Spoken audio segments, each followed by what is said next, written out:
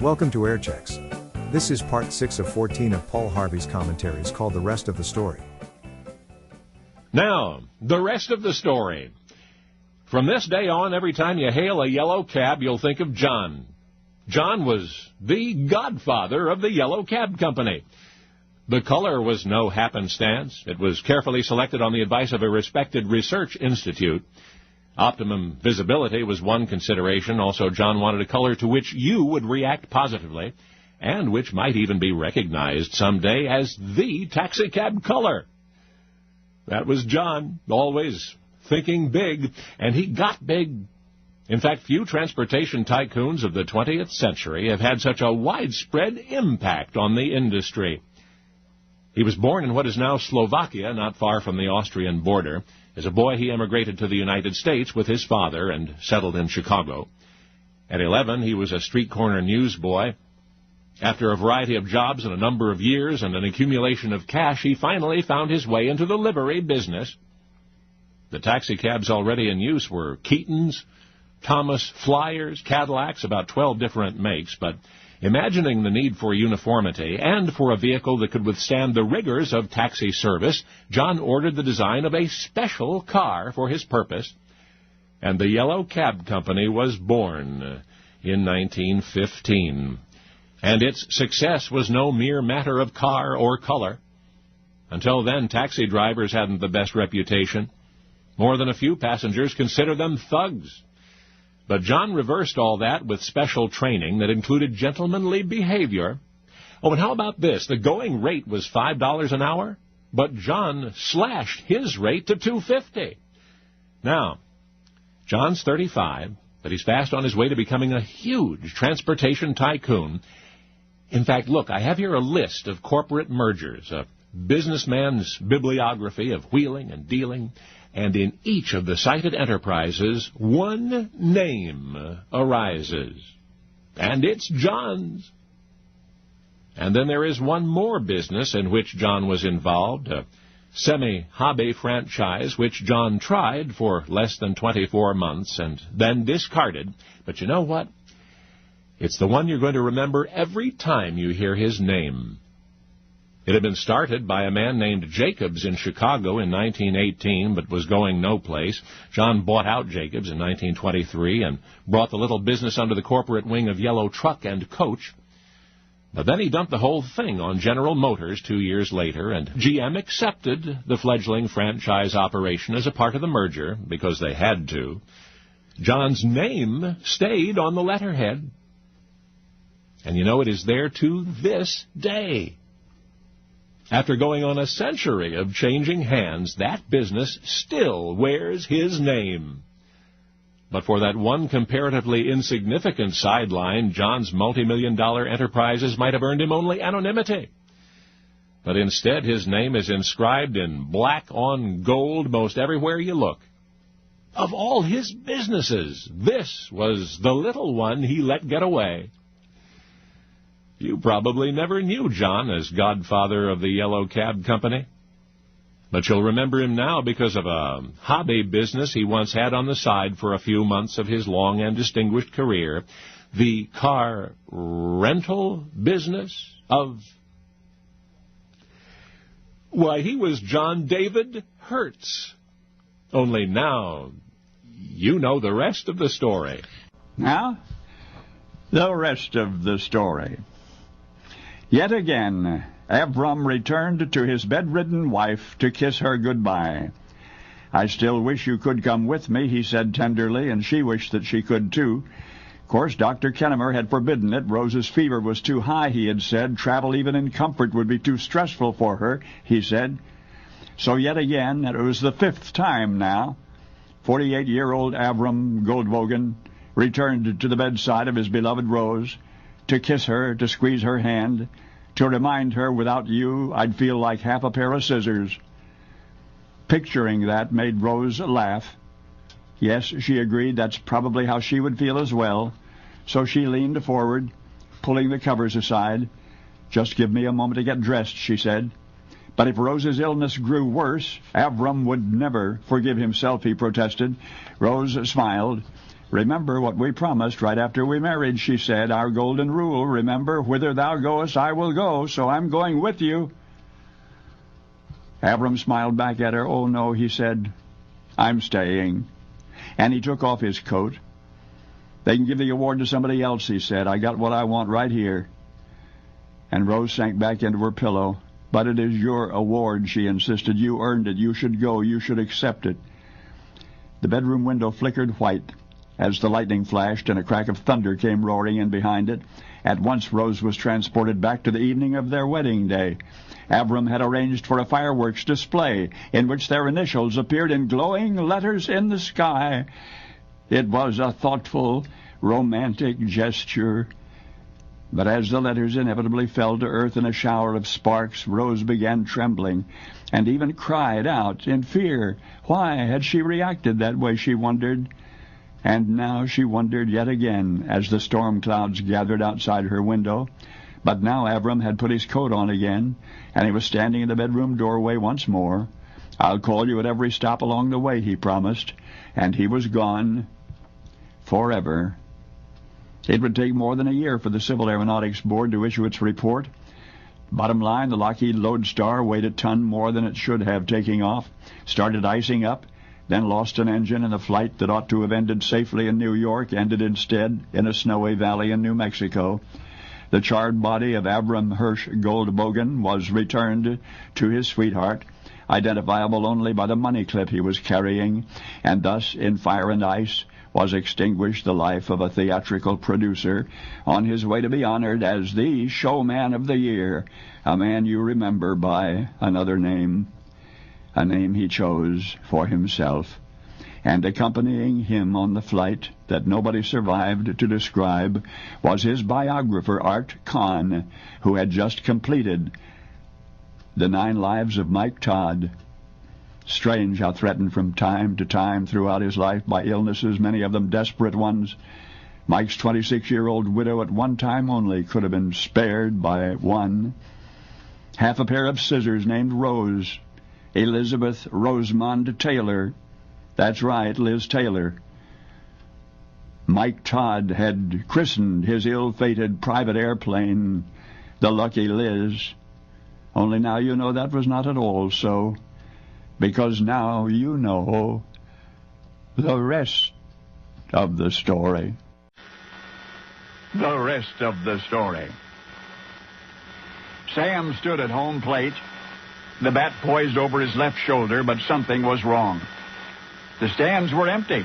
The friendly sounds of routine team practice echoing among the stands. The sun shone, a gentle breeze wafted over the bleachers, but something was wrong. There was no doubt about it in Sam's mind. Joe, the team's manager, was watching. He was near enough to see the strange hesitation in the batter's expression moments before Sam stepped back from the plate.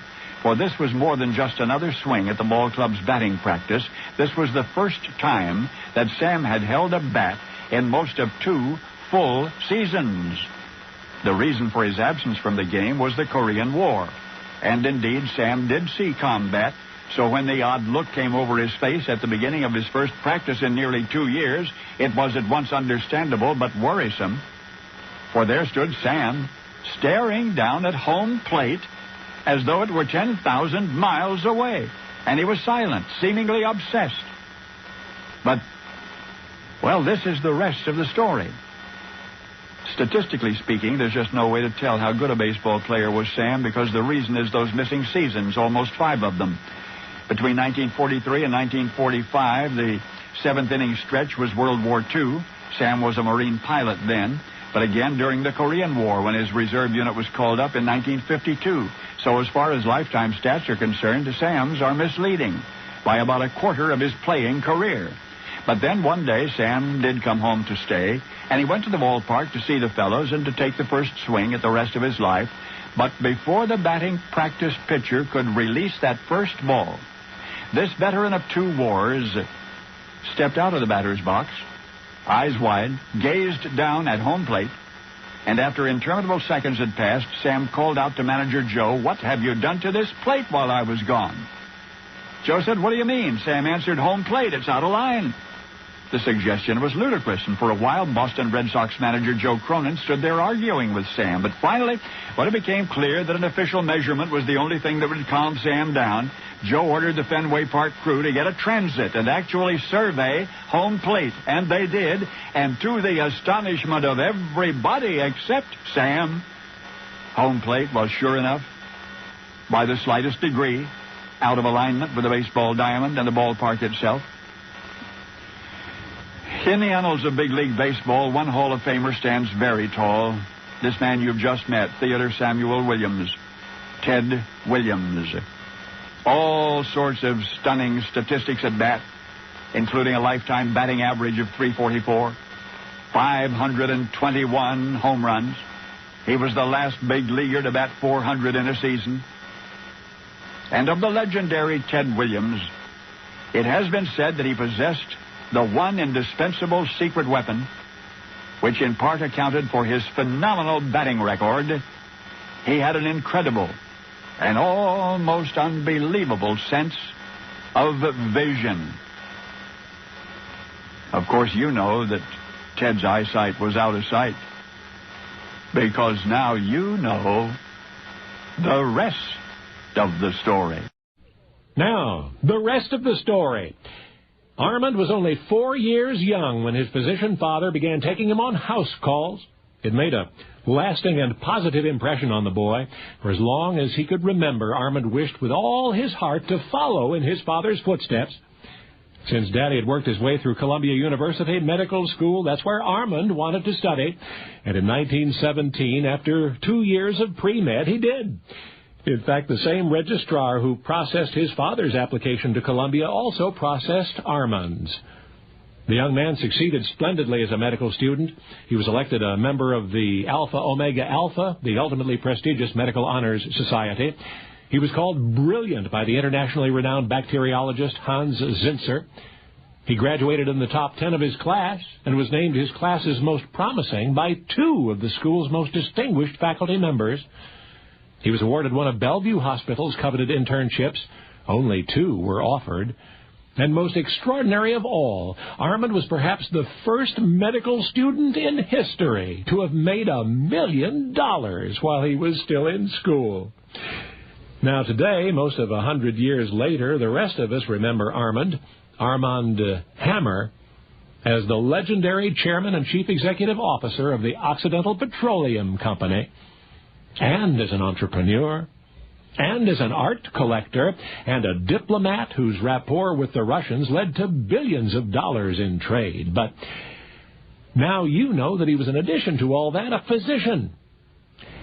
But this is the rest of the story. Posterity will first recognize Armand Hammer as a businessman. His family was in the drug business to begin with, but it was he who, while still in medical school, engineered the cornering of certain drug markets, which made him rich. He was almost 60 years old before becoming interested in the Occidental Petroleum Company. The phenomenal success he made of it is now world famous. However, Armand Hammer, in May of 1972, that was 1 year before resigning the positions of president and chief operating officer, presided over the most remarkable, memorable stockholders' meeting of his entire career.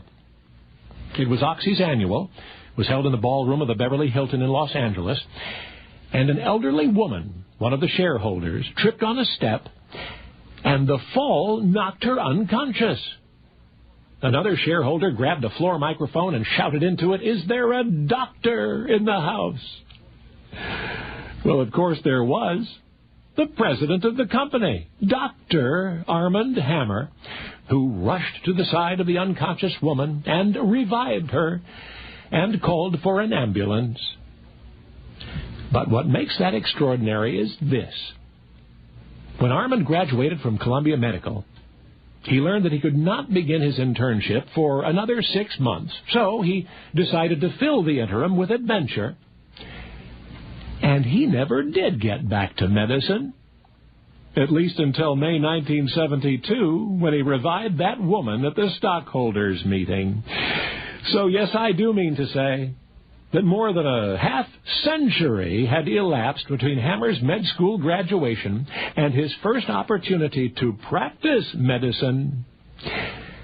at the age of 74. Only now you know the rest of the story.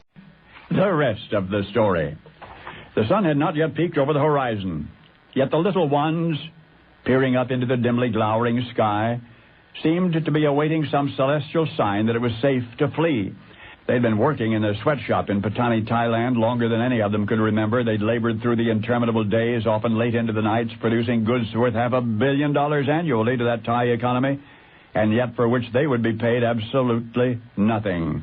So, here they were in the dismal pre-dawn, grimly studying the razor wire cresting the entire length of the compound's fence, planning a great escape. Not many years ago, insiders in the world of classical music were chagrined to learn of concert grand pianos selling for tens of thousands of dollars in the West, assembled by impoverished Southeast Asians in huts with mud floors.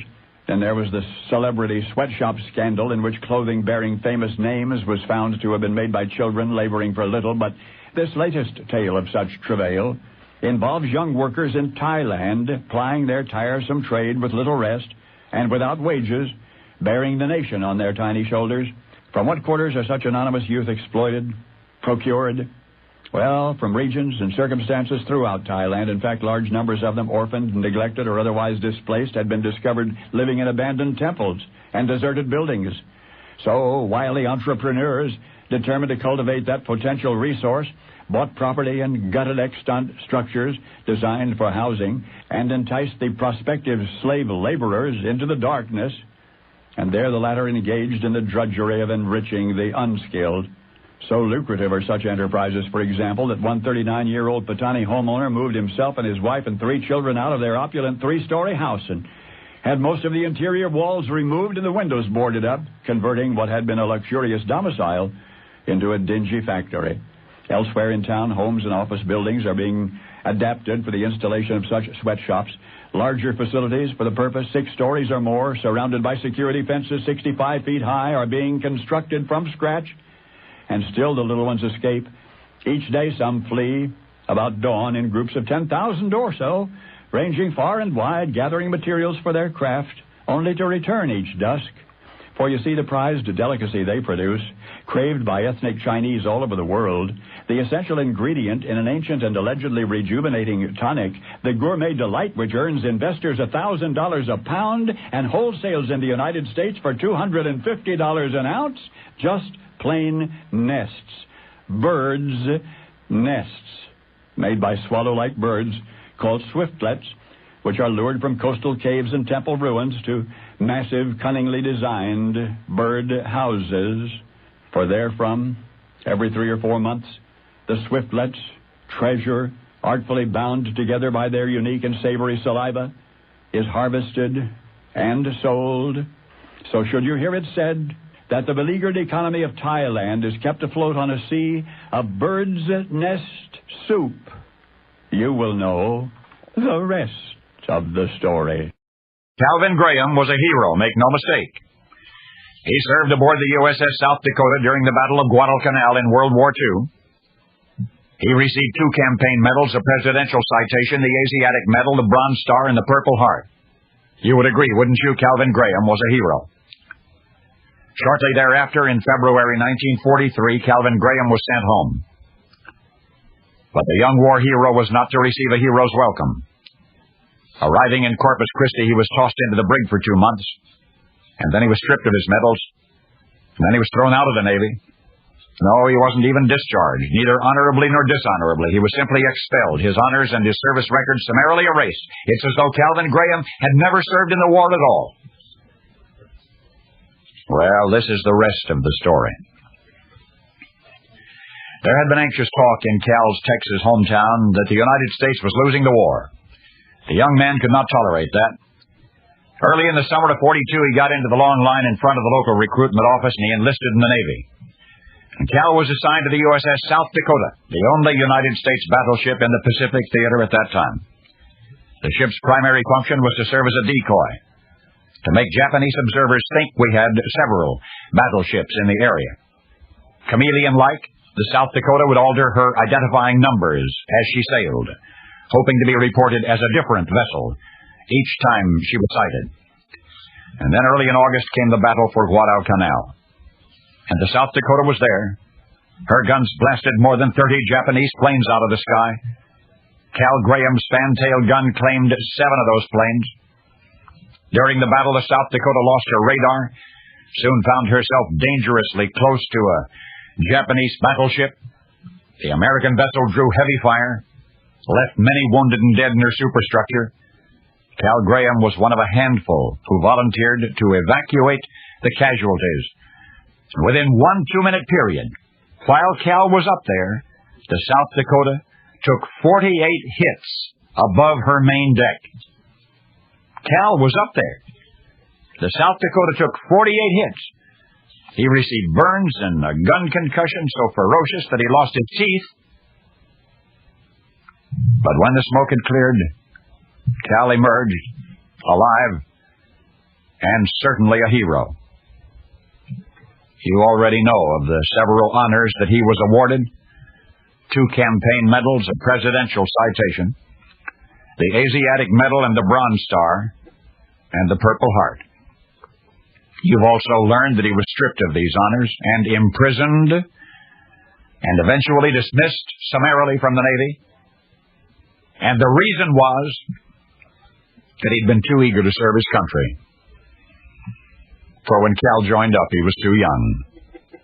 And thus was his illegal enlistment canceled, his record of service wiped away, and Calvin Graham became the hero who never was. A young man who had convinced a naval recruiter in Texas that he was old enough to fight, and he fought, and he was decorated, and he was denied. All within the span of 1 year.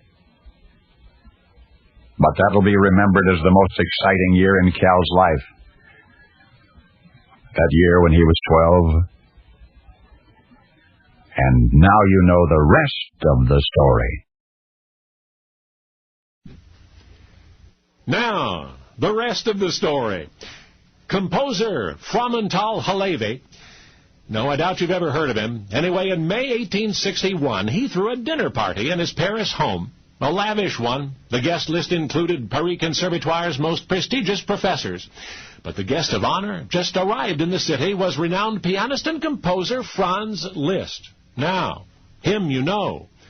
Franz Liszt was Elvis 100 years before Elvis. His electric guitar was a piano, but he was the rock star of his day. And here he was attending a private dinner party in the home of this fellow Halevi. So, yes, it was every bit as important as it sounds. And talk about somebody's luck. The host was not only a composer, but a professor at Paris Conservatoire. And to that exciting, stargazing gathering, he invited a favorite pupil, a fellow named George. Well, you can imagine. It's like Bono is coming over to your teacher's house, and you get to be there. And more, after dinner, the guests amble into their host's study, where there's a piano, and guess who walks over and sits down and plays, performs right there in this private home. A blazingly difficult piece, seemingly impossible. And afterward, after a round of enthusiastic applause, Franz Liszt says, yes, this is a new composition, something he just wrote, intended to be supremely challenging, something maybe only he can play. But Mr. Liszt's host, Professor Halevi, slyly turns to his pupil, George, and says something like, did you notice that part with the double octaves? And George, off guard now, goes over to the piano and starts playing that very passage. Well, Franz Liszt's mouth falls open because George is playing those extremely difficult few bars after one hearing from memory. And now Mr. Liszt says, I've got the music here. Why don't you try to play the remainder of the piece? And you know what? George, this music student, sight reads the entire thing perfectly, brilliantly. After which Franz Liszt, the greatest pianist of the 19th century, recovers his composure and confesses, well, I guess there are 2 of us. I mean, this is like winning American Idol for the anonymous young student. He, George, could take that supreme praise from the biggest rock star of those days and make his own incredible career as a pianist. But instead, you know what he says? He says, in effect, tell no one. And it's only later that he confides why to his bewildered teacher. He says even the great pianist Franz Liszt is not considered a great composer. Because when you're mainly a performer, people figure that's all you can do. But I want to be a great composer. And George's teacher understood. And George's secret was kept. In fact, you have to search hard through history to uncover the slightest evidence of George's spectacular pianistic prowess. Oh, there is an outstanding composer listed among the musical geniuses of the 19th century. Georges Bizet, creator of operatic masterpieces. But whenever you think of Bizet's Carmen, you will recall the superstar concert pianist who never was, because now you know the rest of the story. Now, the rest of the story. Paul Wittgenstein was the son of a wealthy Viennese industrialist, but his mother was a musician, and his great-uncle was a renowned violinist. It was not surprising, then, that the boy demonstrated early musical ambitions. Quite small when he learned to play the piano, his fine arts-minded father was pleased, but as a businessman, Dad felt that music was a better avocation than a profession, so he encouraged his son to take a job in a bank. Didn't take many weeks in the bank for Paul to discover that his father had recommended the wrong career. So the young man abandoned banking and began studying piano full-time. His debut recital took place in 1913. He was 26. But you know what? 6 months later, he was drafted. It was wartime, and he was drafted. August 1914, he was captured by the Russians.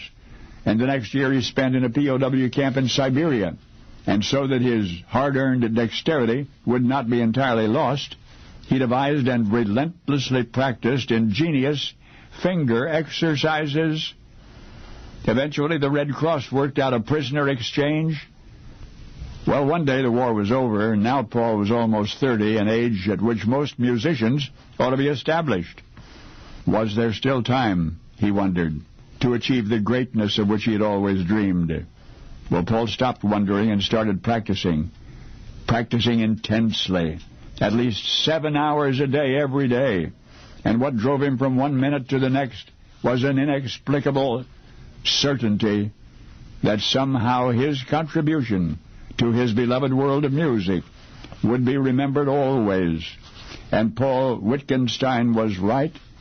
He's been dead now for many years, but his name will never die. And the reason is not his comeback concert in 1916. That was a brilliant success. Nor was it his dazzling technique, nor his perceptive musicianship, which would be vigorously applauded all through his life.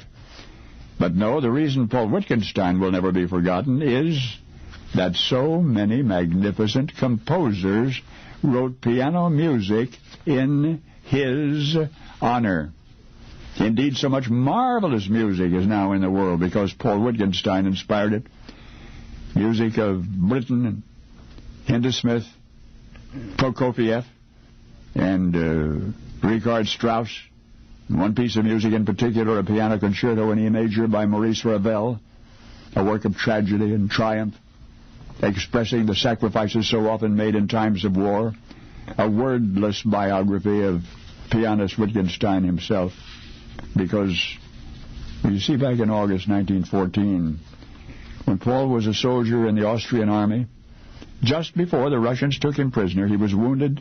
A sniper's bullet shattered his right arm. In a primitive Russian field hospital, Paul's life was saved, but his right arm was not. That is the magic of the music he inspired. A solitary left hand, casting an incredible spell. The illusion of two hands, sometimes even three. That's right. Paul Wittgenstein conquered the unconquerable instrument with 5 fingers and an empty sleeve. Now you know the rest of the story. From now on, I'm quoting an open letter from God. My dear children, and believe me, that is all of you, I consider myself a pretty patient guy. I mean, look at the Grand Canyon. It took millions of years to get it right. And about evolution, boy, nothing is slower than designing that whole Darwinian thing to take place, cell by cell, gene by gene. And I have been patient through your fashions, your civilizations, wars, and schemes, and the countless ways that you take me for granted until you get yourselves into big trouble again and again. I want to let you know about some of the things that started ticking me off. First of all, your religious rivalries are driving me up a wall. Enough already. Let's get one thing straight. These are your religions, not mine. I'm the whole enchilada. I'm beyond them all. Every one of your religions claims that there's only one of me, which, by the way, is absolutely true, but in the very next breath, each religion claims that it's my favorite one, and each claims its Bible was written personally by me, and that all of the other Bibles are man-made. Oh, me. How do I ever begin to put a stop to such complicated nonsense? All right. Listen up now. I am your father and mother, and I don't play favorites among my children. Also, I hate to break it to you, but I don't write. My longhand is awful, and I've always been more of a doer anyway. So all of your books, including those Bibles, were written by men and women. They were inspired men and women. They were remarkable people, but they also made mistakes here and there, and I made sure of that so that you would never trust a written word rather than your own living heart. You see, one human being, to me, even a bum on the street, is worth more than all of the holy books in the world. That's just the kind of a guy I am. My spirit is not an historical thing. It's alive, right now, as fresh as your next breath. Holy books and religious rites are sacred and powerful, but they are not more so than the least of you. They were only meant to steer you in the right direction, not to keep you arguing with each other, and certainly not to keep you from trusting your own personal connection with me. Which brings me to my next point about your nonsense. You act like I need you and your religions to stick up for me or win souls.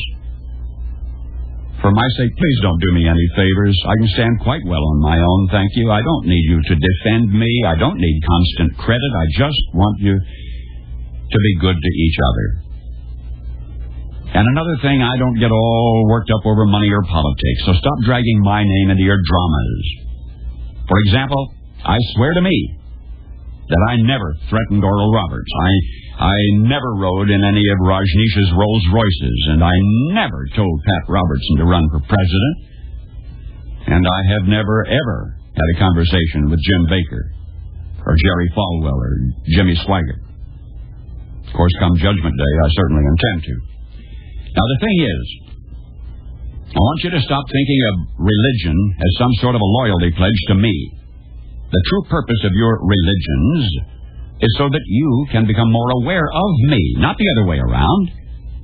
Believe me, I know you already. I know what's in each of your hearts. And I love you anyway, with no strings attached. So lighten up and enjoy me. That's what religion's best for. What you seem to forget is how mysterious I am. You look at the petty differences in your scriptures and you say, well, if this is the truth, then that can't be. But instead of trying to figure out my paradoxes and unfathomable nature, which, by the way, you never will, why not open your hearts to the simple common threads of every religion? You know what I'm talking about. Play nice with each other. Love and respect everyone. Be kind. Even when life is scary or confusing, take courage and be of good cheer, for I'm always with you. And learn how to be quiet so that you can hear my still small voice. I don't like to shout. Leave the world a better place by living your life with dignity and gracefulness. For you are my own child. Hold back nothing from life. For the parts of you that can die surely will, and the parts that can't won't. So don't worry. Be happy. I stole that last line from Bobby McFerrin, but who gave it to him in the first place? Simple stuff now. Why do you keep making it so complicated? It's like you're always looking for an excuse to be upset. And I am very tired of your main excuse. Do you think I care whether you call me God, or Yahweh, or Jehovah, Allah, Wakatonka, Brahma, Father, Mother, even the void of Nirvana? Do you think I care which of my special children you feel closest to? Jesus, Mary, Buddha, Krishna, Muhammad, or any of the others? You can call me and my special ones, any name you choose, if only you will go about my business of loving one another as I love you. How can you keep neglecting something so simple? No, I am not telling you to abandon your religions. Enjoy your religions, honor them, learn from them, just as you should enjoy, honor, and learn from your parents. But do you walk around telling everyone that your parents are better than theirs? Your religion, like your parents, may always have the most special place in your heart. I don't mind that at all. And I don't want you to combine all of the great traditions into one big mess. Each religion is unique for a reason. Each has a unique style so that people can find the best path for themselves. But, my special children, the ones that your religions revolve around, all live in the same place, in my heart. And they get along perfectly, I assure you. The clergy must stop creating a myth of sibling rivalry where there is none. My blessed children of earth, the world has grown too small for your pervasive religious bigotries and confusion. The whole planet is now connected by air travel, satellite dishes, telephones, fax machines, rock concerts, diseases, and mutual needs and concerns. Get with the program. If you really want to help me celebrate the birthday of my son Jesus, then commit yourselves to figuring out how to feed your hungry and clothe your naked and protect your abused and shelter your poor. And just as important, make your own everyday life a shining example of kindness and good humor. I've given you all the resources you need if only you abandon your fear of each other and begin living and loving and laughing together. Finally, my children everywhere, remember whose birthday you honor on what you call Christmas Day, December 25, and the fearlessness with which he chose to live and die. As I love him, so do I love each of you. Now, I am not really ticked off. Not really. I just wanted to grab your attention because I hate to see you suffer. But I gave you free will, so what can I do now other than try to influence you through reason, persuasion, and a little old-fashioned guilt and manipulation? After all, I am the original Jewish mother. I just want you to be happy. And I'll sit in the dark. I really am, indeed, I swear, with you always, always. Trust in me. Your one and only God. End quote. Paul Harvey. Good day. Now, the rest of the story. I was reunited with an old friend last Sunday. Well, not exactly reunited. I saw him on television was what it was. He was playing golf. At 51, he's recently joined the Champions Tour, and he is winning, doing great. I think I heard he's already earned more money on the Champions Tour than he made all through his PGA career. His name, by the way, is Dennis Watson, Dennis with one N. When he first went on the big tour, the guys called him the other Watson. Of course, back then, Tom Watson was a superstar in that sport. Anyway, the reason Dennis didn't make more of a name for himself on the PGA Tour was that his career was cut short by injury and illness.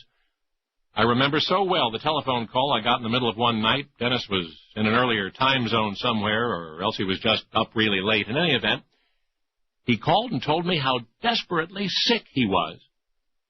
Now, he'd been on the tour only, a couple of years? But without telling anyone, he'd been growing slowly, steadily, seriously ill. It had started with headaches, he said, mild ones at first, and then blinding ones. Literally, headaches so terrible that he could hardly see. Next, his precious equilibrium began to fail. Sam Snead once said that balance is 80% of the golf swing, and Dennis was mysteriously losing his. By the New Orleans Open, he was suffering from waves of really miserable nausea. He played, but poorly. They called the doctor right afterward. Somebody suggested maybe it was food poisoning, but it turned out not to be. And Dennis's health continued to deteriorate. Now, I'd known something was wrong because he'd been missing cuts and suddenly withdrawing from tournaments, but I had no idea he was having trouble breathing and all the rest of it. Now, flash forward to Sunday, May 27 of this year, last round of the Senior PGA Championship.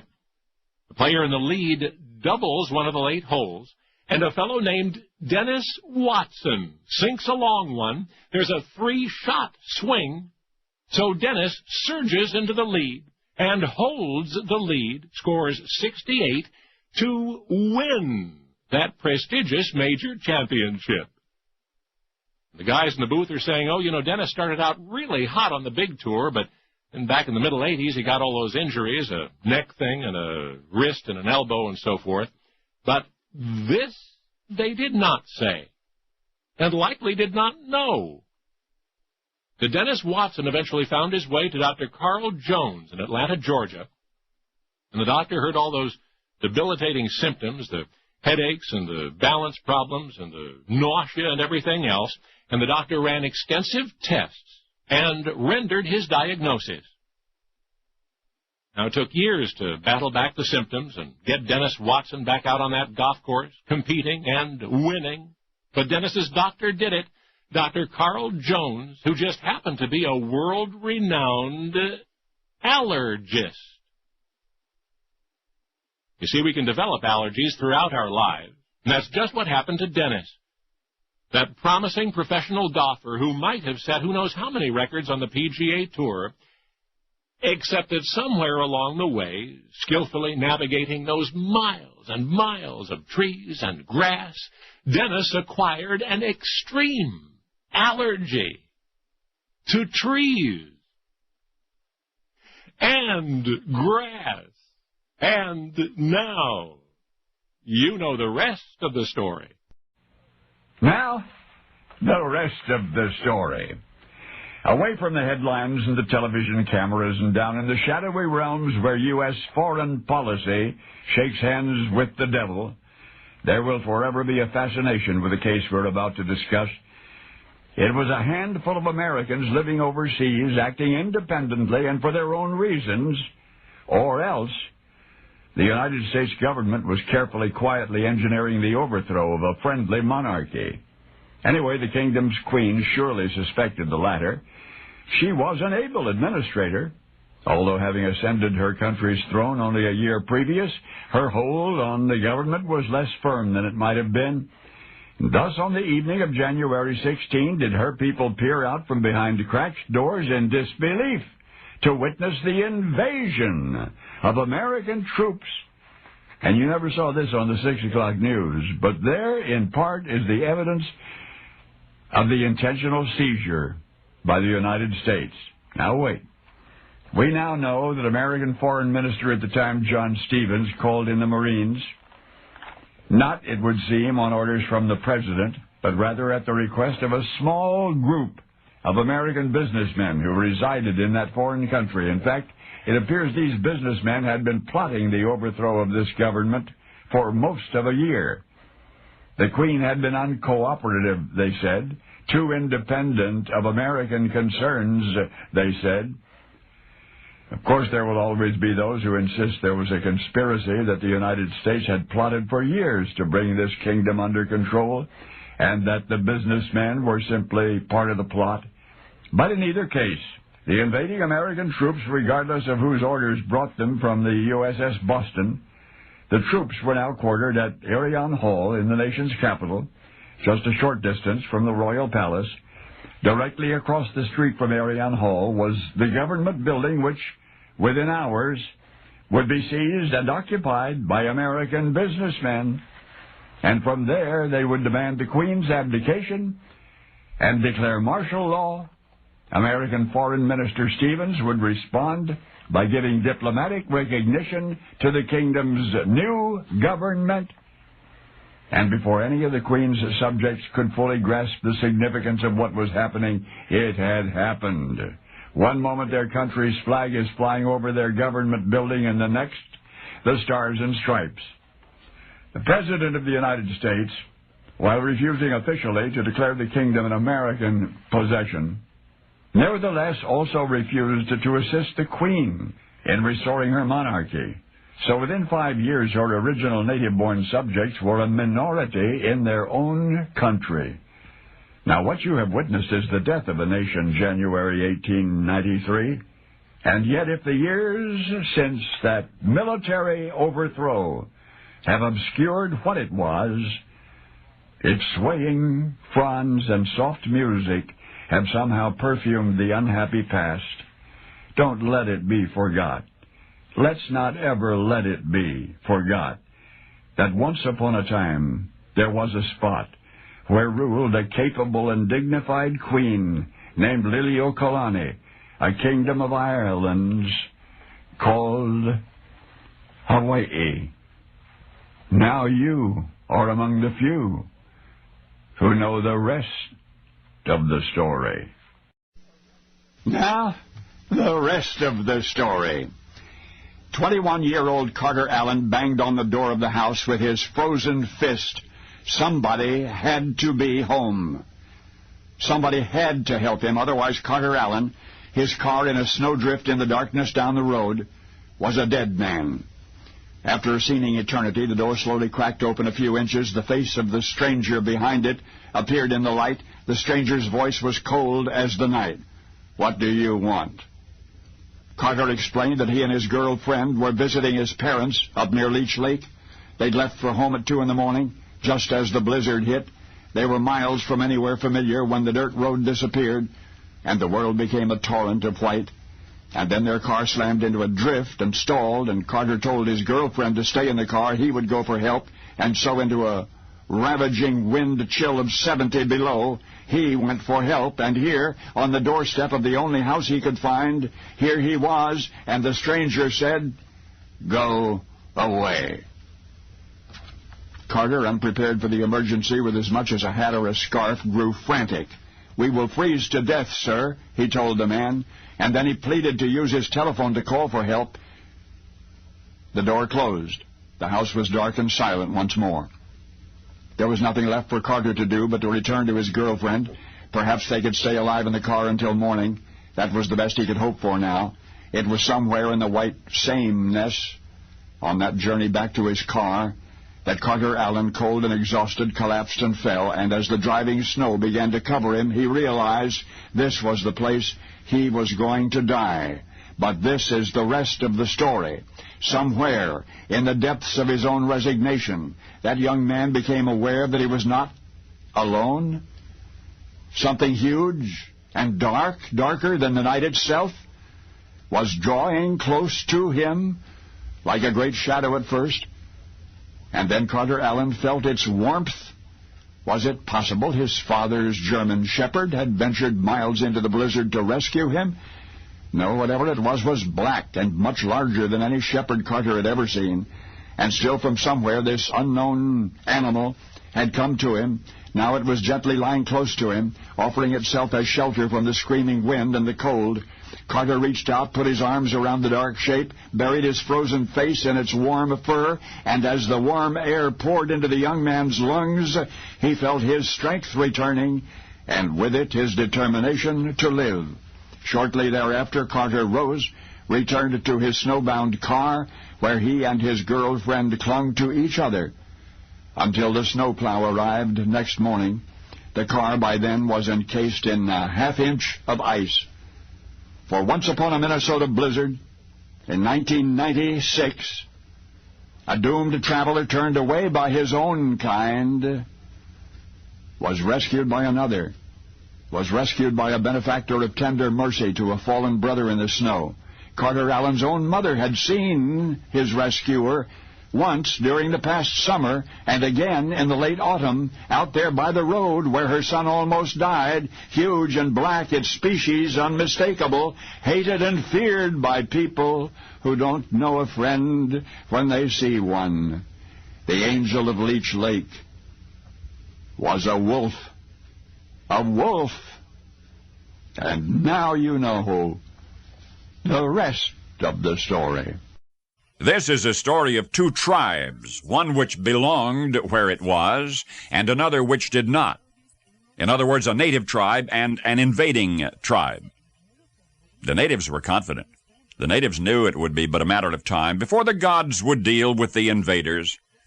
Because the invading tribesmen were far from their own hunting grounds, they foraged awkwardly. As long as the sun smiled and the land was warm, they might get by, but when the terrible cold descended upon them, they would be lost. And it happened just as the native defending tribesmen had predicted. In the lore of the invaders, it would long be remembered as the starving time. As it began, the invaders relied on their food gatherers, but the food gatherers had to go so far, they had to travel such great distances, their supplies were mostly spoiled by the time they got back, and the cold wind swept across the swamp, and the invaders were sore afraid. Repeatedly, their hunters set out in search of game, returned empty-handed. So far from their own tribal territory, they scarcely knew what they were looking for. Nothing that appeared edible was growing. Moment by moment, the invaders' choice grew clearer. They would have to break their own tribal traditions or starve. So they began to break their own tribal traditions. The first to be eaten were the horses, and then the dogs, then the cats, and eventually the rats and mice. The meager rations were guarded carefully. Tribesmen caught stealing were punished by death. While the hunters scoured the wilds for anything edible, snakes or roots, anything to feed upon, native tribesmen, the natives, seized the opportunity to exterminate the invading enemies, and too weak to resist, the intruders died by the dozen. As the starving time continued, leather became almost palatable, and at last the inevitable, the shattering of the ultimate tribal taboo, cannibalism. The invaders managed to kill one of the natives, and they ate him. In fact, one of the starving invaders even killed his own wife and salted her down and devoured her. And yet even in that most terrible time, there were certain tribal laws which could not be broken. The man who ate his wife was himself put to death. 9 of 10 invading tribesmen did not survive that winter. 9 of 10 did not survive. The natives took some satisfaction in that.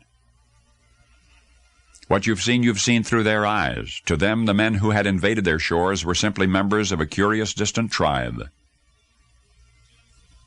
Now, in the centuries since, we Americans have much romanticized our own roots on this continent. Maybe there's nothing very wrong with the repeatedly invoked image of a turkey and pumpkin pie feast that never was. But the true thanks in our Thanksgivings ought to be that no matter how hard things get for us now, they'll never again be as hard as they once were, when men resorted to eating their enemies and eventually their own wives. In 1610, in Jamestown. Now, you know the rest of the story. The rest of the story. Mr. Merrifield once referred to himself as a faunal naturalist, as a man who vastly prefers a camera to a gun. Many hunters called him oversensitive. He, in turn, called the ordinary sportsman a vigorous and unintelligent butcher. The stuffed head of a butchered beast represents the owner's money rather than his prowess, he said, and such trophies make the owner look absurd, he said. He scorned the wearing of elk's teeth on watch chains. He condemned the killing of birds to decorate women's hats. Mr. Merrifield had a friend once whose profession it was to kill bear and mountain sheep for their pelts. So he called his friend a ruthless butcher of defenseless animals, called him cowardly, contemptible, and wicked, said that what his friend was doing would someday be considered a criminal act. When people, I'm quoting now, when people wake up to the facts.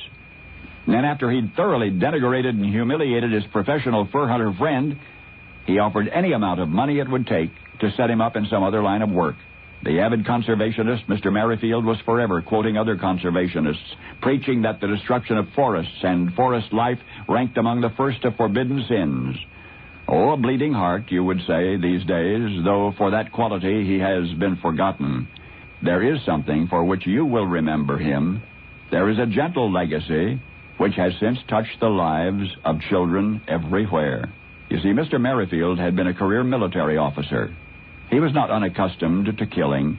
November of 1902, he was on a hunting expedition in the deep woods of Mississippi. In fact, when late in the afternoon, the party had pitched camp and a companion went for a walk in the woods, and there, whining piteously by the stump of a tree, was a bear cub, a tiny bear cub, which had apparently become separated from its mother. Well, somebody in the hunting party roped the young bear and led him resisting into camp. "Hey, I found a bear for you all to shoot," he announced triumphantly. At that instant, the ex-Army colonel froze with revulsion. All at once, the insanity of killing and the blindness of those who would kill struck him like a thunderbolt. Through clenched teeth, he responded, no. He most certainly would not shoot that bear cub.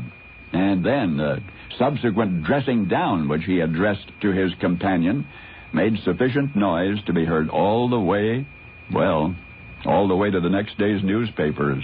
Now, the newsworthiness of this incident was derived from the fact that he, this man who refused to kill a defenseless bear cub, was then very well known as a crusty, virile veteran of many safaris. He was, in fact, a big game hunter. That was his reputation. Yet it was that one incident in the backwoods of Mississippi, precisely 100 years ago, November of 1902, which inspired toy manufacturers all over the world to honor his name. Mr. Merrifield? No, that was an alias that he used while traveling. You remember him as President Teddy Roosevelt. And, of course, the gentle legacy left to children everywhere by the tender heart you never knew is the teddy bear. Only now you know the rest of the story. Now, the rest of the story. Andrew was perhaps the wealthiest, most influential man in town. He was a textile manufacturer, an officer of all 4 local banks. He and his wife Abby lived in a large, handsome house. Their live-in housekeeper was Bridget Sullivan. Bridget Sullivan. Now, at 6:15 the morning of August 4, Bridget came downstairs from her attic bedroom. She was followed shortly by Andrew and Abby from their bedroom on the 2nd floor. There was a pear tree in the yard. While breakfast was being prepared, Andrew picked a basket of pears. 7 o'clock now. Andrew and Abby were eating breakfast. Abby called to the housekeeper, who was still in the kitchen. "Wash these windows today." Bridget answered that she would, though it was the last thing on earth that she wanted to do. All through the past week, Bridget had been working very hard. Recent days had been the hottest of the year. It was evident even now before mid-morning that the day was to become even less comfortable. And still Bridget would do her best. After her own breakfast had been eaten and the dishes washed and put away, the housekeeper filled a water pail, went to wash the outside of the windows. But after only a little work, she became exhausted and ill. And it was the suffocating heat, she told herself.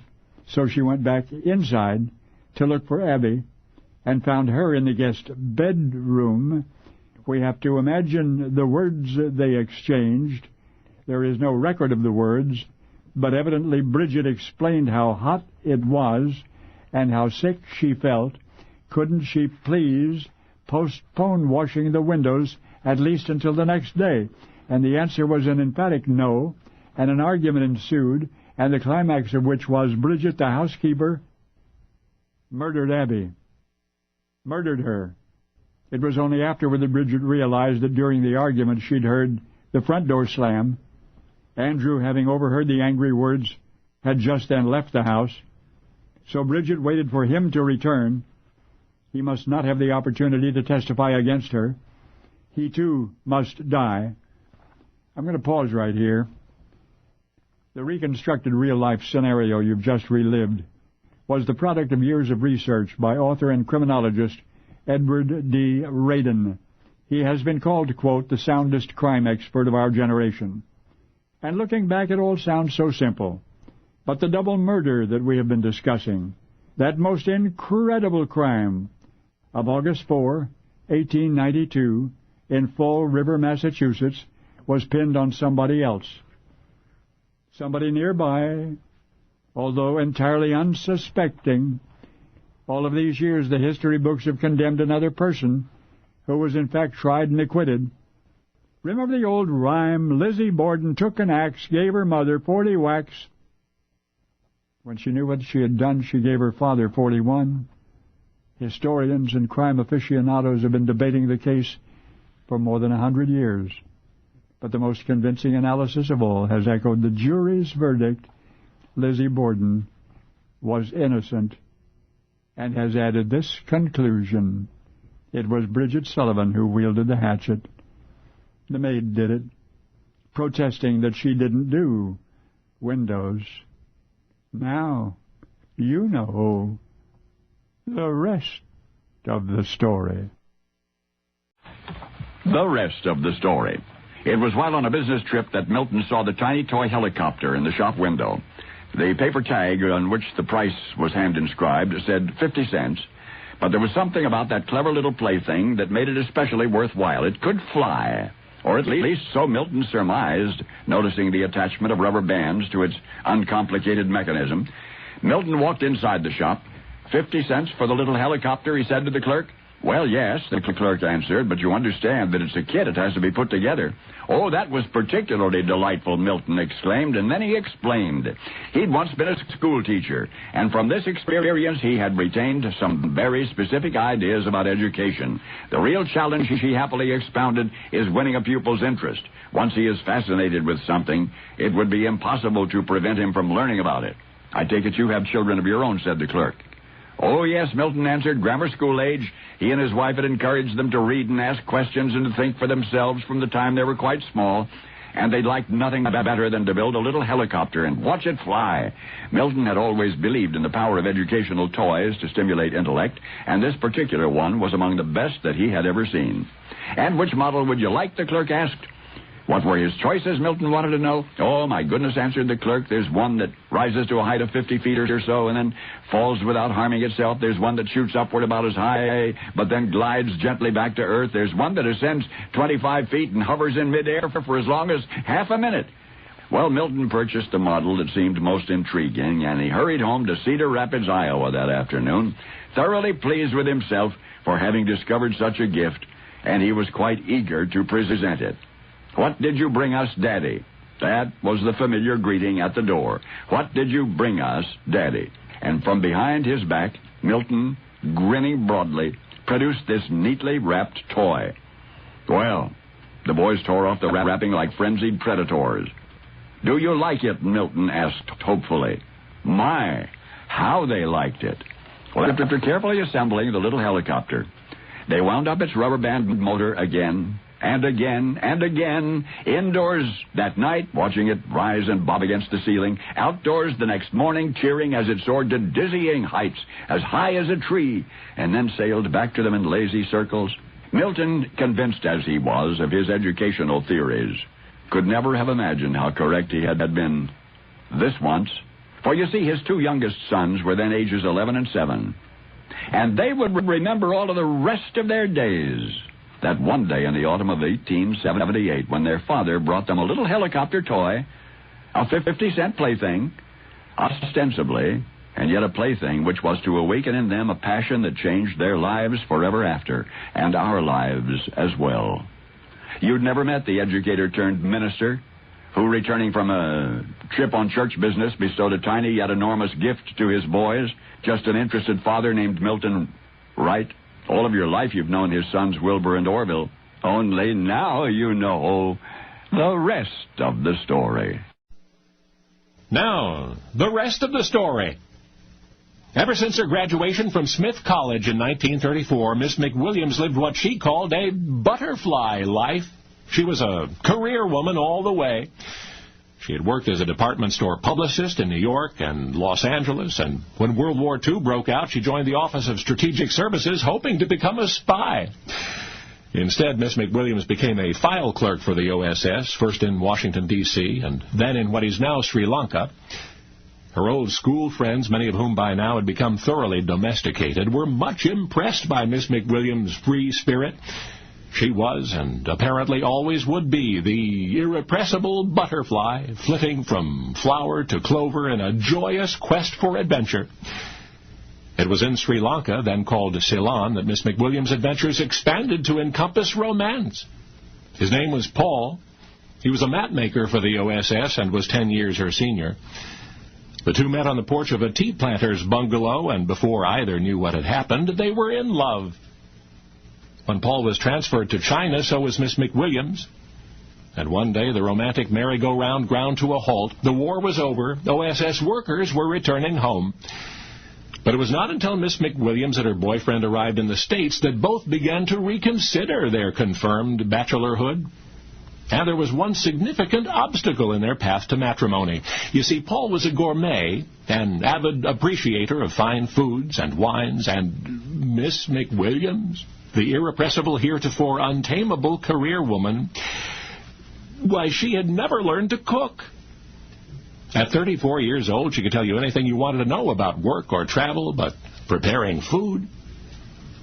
When she was a small girl, you see, growing up in Pasadena, California, her parents employed an authoritarian cook who would allow no one else in, quote, her kitchen. And later, in college, Miss McWilliams paid little attention to food.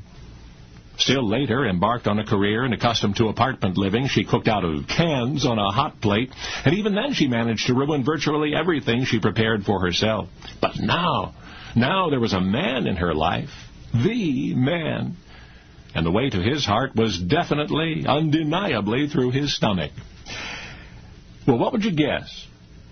That's right, Miss McWilliams, who could scarcely tell a pot from a skillet, enrolled in a cooking school. And she diligently studied her quiche and her cakes and her steaks and her sauces, and did it ever pay off? She and Paul were married in September 1946, and the former Miss McWilliams gained much more than a husband. Or have you guessed that the young lady whose butterfly life did not include the culinary arts until her 34th year? The career woman whose very first interest in fine cuisine coincided with her love for a gourmet. Why, she brought her married name to television screens throughout the world and made it synonymous with expertise in the kitchen. Of course, you know the former Miss McWilliams, the woman who got her man with a saucepan, as Julia Child, author of cookbooks, ultimate authority on all that is food. Only now, you know the rest of the story. Now, the rest of the story. Space, the final frontier. The airless, toxic, frigid, white-hot, hostile environments, the limitless distances, the loneliness. And among those considerable challenges which rocket jockeys face is handling the speed, the terrible speed, the unimaginable speed, which threatens to crush their bodies beneath several times multiplied weight, which narrows margins for error to a razor's edge. You thought you knew the astronauts, but I want you to meet Tom Shabrock. NASA, a Fit 42, commander of a craft the airshow crowds never see, an incredible one. Might as well be a topmost secret for all you've heard about it, but you're going to hear about it today. I want you first to forget everything you've read or been told about flying saucer sightings. Envision with an open mind that this craft that Tom Shabrock pilots is the size of a baseball diamond. It weighs 3,000 tons. It requires a crew of 12, and it's capable of traveling well inside the Earth's atmosphere, so close to the ground that anyone in the right place at the right time could not avoid seeing it. And then there's the speed. There's no rocket anywhere that can match its fastest. Understandably, the concentration one needs to maneuver at such velocities is considerable. And you are on one of these unpublicized missions, nearly an hour in progress. To pilot Tom Shabrock, it seems like 10 hours. Communicating with a half-dozen observers on the ground, he has received moment-by-moment reports on his position. So far, so good. But a lapse in attention could take him perilously off course, because the sharpest turn he can make is 6 degrees either way. And the tolerance that buffers him from disaster is precisely 1 yard, 36 inches, right or left. Before Tom loses his focus, he will relinquish the controls to a second in command. You don't wait for fatigue. That's the system. And at least 2 hours remain on this leg of the journey. For these are the heroes of Cape Canaveral's Crawler Corps, not astronauts. Engineer specialists in the Power Systems and Transporter Section of the United Space Alliance. A ground-bound unit whose super vehicle traverses a trackless roadbed 5 feet deep and 3 miles long. And yes, it cruises at an incredible speed, unmatched by any rocket, because at its fastest it is so slow, a speed barely bearable for its tediousness. You see, the speed control knob on that massive craft is calibrated to hundredths of 1 mile an hour. And under no circumstances can it travel in miles an hour, not even one. For the United Space Alliance, one of NASA's prime contractors, operates that agency's most active, most highly visible program. And so each mission off it goes.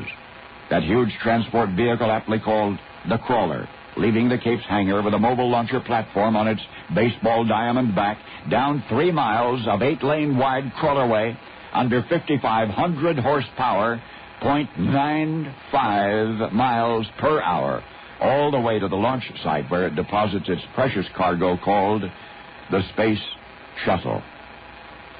In NASA's astronaut training, they say that handling the speed is the thing. Oh, you bet that's so. Only now you know the rest of the story. Now, the rest of the story. John Royce was born in a basement flat in the Fillmore district of San Francisco. His father worked as a painter in the shipyards. It was his parents' dearest wish that John receive a well-rounded education, so with their encouragement he maintained a B average in school. He studied classical music and even joined an amateur operatic group. But in the unqualified estimation of his athletic coaches at George Washington High School, John's future was clear. He would be an athlete, an outstanding one. Well, John was terrific in team sports, but he was best at competing with himself, and particularly in track and field. With little apparent effort, he won 6 letters, distinguishing himself especially in the hurdle and the high jump. His coaches began conjecturing as to which college would be best for him. He'd be an asset to any collegiate track team, but which one? Well, of all the schools that would have been glad to accept him, John chose San Francisco State College. And after graduating high school, he enrolled there, took English as his major, but immediately got down to the serious business of athletic training. His new coaches reserved their judgment. John may have been a track star in high school, but collegiate track was different. If he wanted to make a name for himself here, he'd have to start breaking records. And that's exactly what John set out to do. Focusing on the high jump, he practiced until his aching body could bear no more. Now, and for the first time, John was competing with more than himself. He was challenging the world. And one day his moment arrived. No one who saw it happen has forgotten the thrill when that lean young boy, poised at his mark, exploded into a college record-breaking high jump of 6 feet 5 1/2 inches. The local media made much of John's accomplishment, and now folks began talking about the Olympics. And in fact, that very year, 1956, John was invited to the U.S. Olympic trials as a high jumper. But just as his star was ascending, something happened. A minor complaint and subsequent visit to the doctor revealed a defect in John's spine. And the damage would only increase, the pain would only grow worse unless John gave up sports forever. Well, the February 6, 1958 edition of the New York Herald Tribune called John Royce one of the best all-around athletes to come out of the San Francisco school system. He'd already broken a collegiate high jump record and had already been invited to the U.S. Olympic trials, so who knows how far his ability and ambition might have taken him.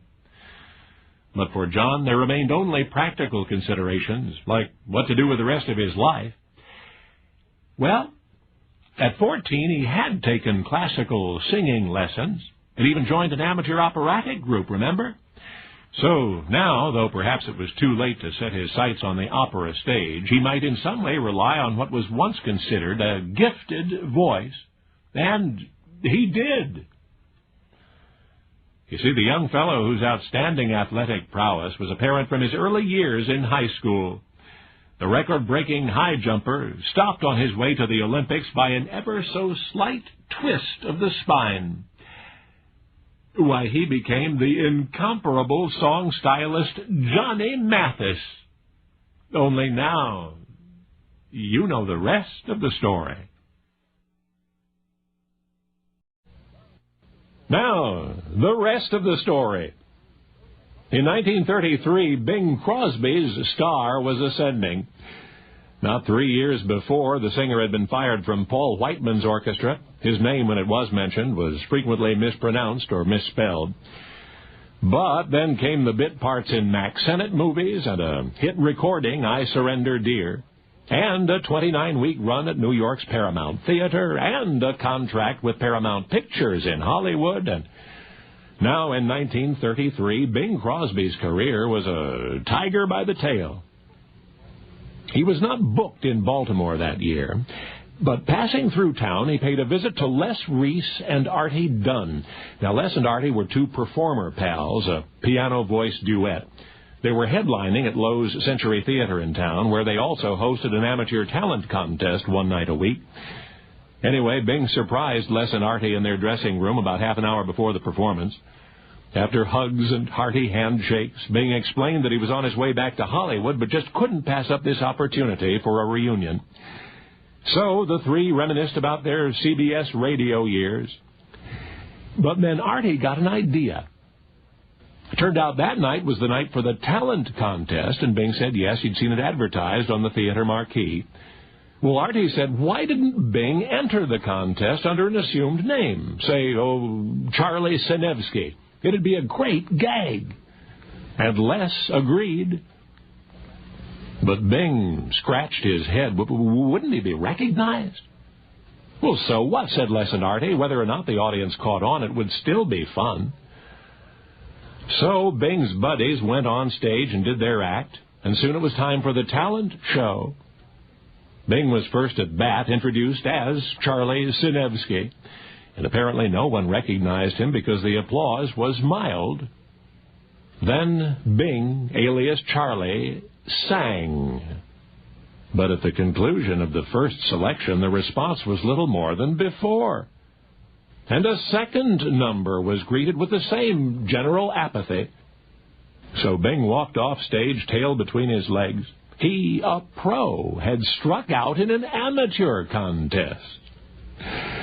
Next day he left Baltimore, having been hailed in that town as the forgettable Charlie Sinevsky. Surely in any subsequent year of Bing Crosby's incomparable career, he would have been recognized by any audience in the United States and greeted accordingly. In fact, by the end of 1934, he had become an established motion picture star and had also signed a weighty contract with newly formed Decca Records. But in 1933, Bing was at that pivot point between anonymity and celebrity, and that is the only logical explanation anyone can think of for what happened at Lowe's Century Theater. You see, Bing lost in that talent show to another young performer, a complete unknown, an untrained amateur. Just a boy from the audience who came forward that night and won, and was never heard from again. Oh, but we remember his prize-winning act. It was a singing impersonation of Bing Crosby. Only now, you know the rest of the story. Now, the rest of the story. Has any man ever loved a machine as Werner Voss loved his airplane? Werner was a World War I German combat pilot and a flying ace. He was a handsome young man with dark hair and smiling blue eyes, and an obsession, a Fokker triplane known as the Dreidecker, or the triple-decker. Werner hand-painted his treasured pet sky blue, and its prop spinner bright red. He even added eyes and nose and a mustache, which some claimed was a caricature of the Kaiser. And, of course, of all of Werner's airplanes, this most beloved bore the pilot's own personal insignia, the emblem he carried into battle, the trademark of Werner Voss. Like to know more about him? Well, he was among Germany's 4 best combat pilots. The others were Leonhardt, Odette, and von Richthofen, whom you remember as the Red Baron. Werner was one of the few flyers to become good friends with von Richthofen, although as the war went on, they became more determined rivals. Many believe that Werner was actually a better combat pilot than the Red Baron. This is interesting. When Werner caught up with the Red Baron's combat kill record, as he did occasionally, Werner, was withdrawn from the front.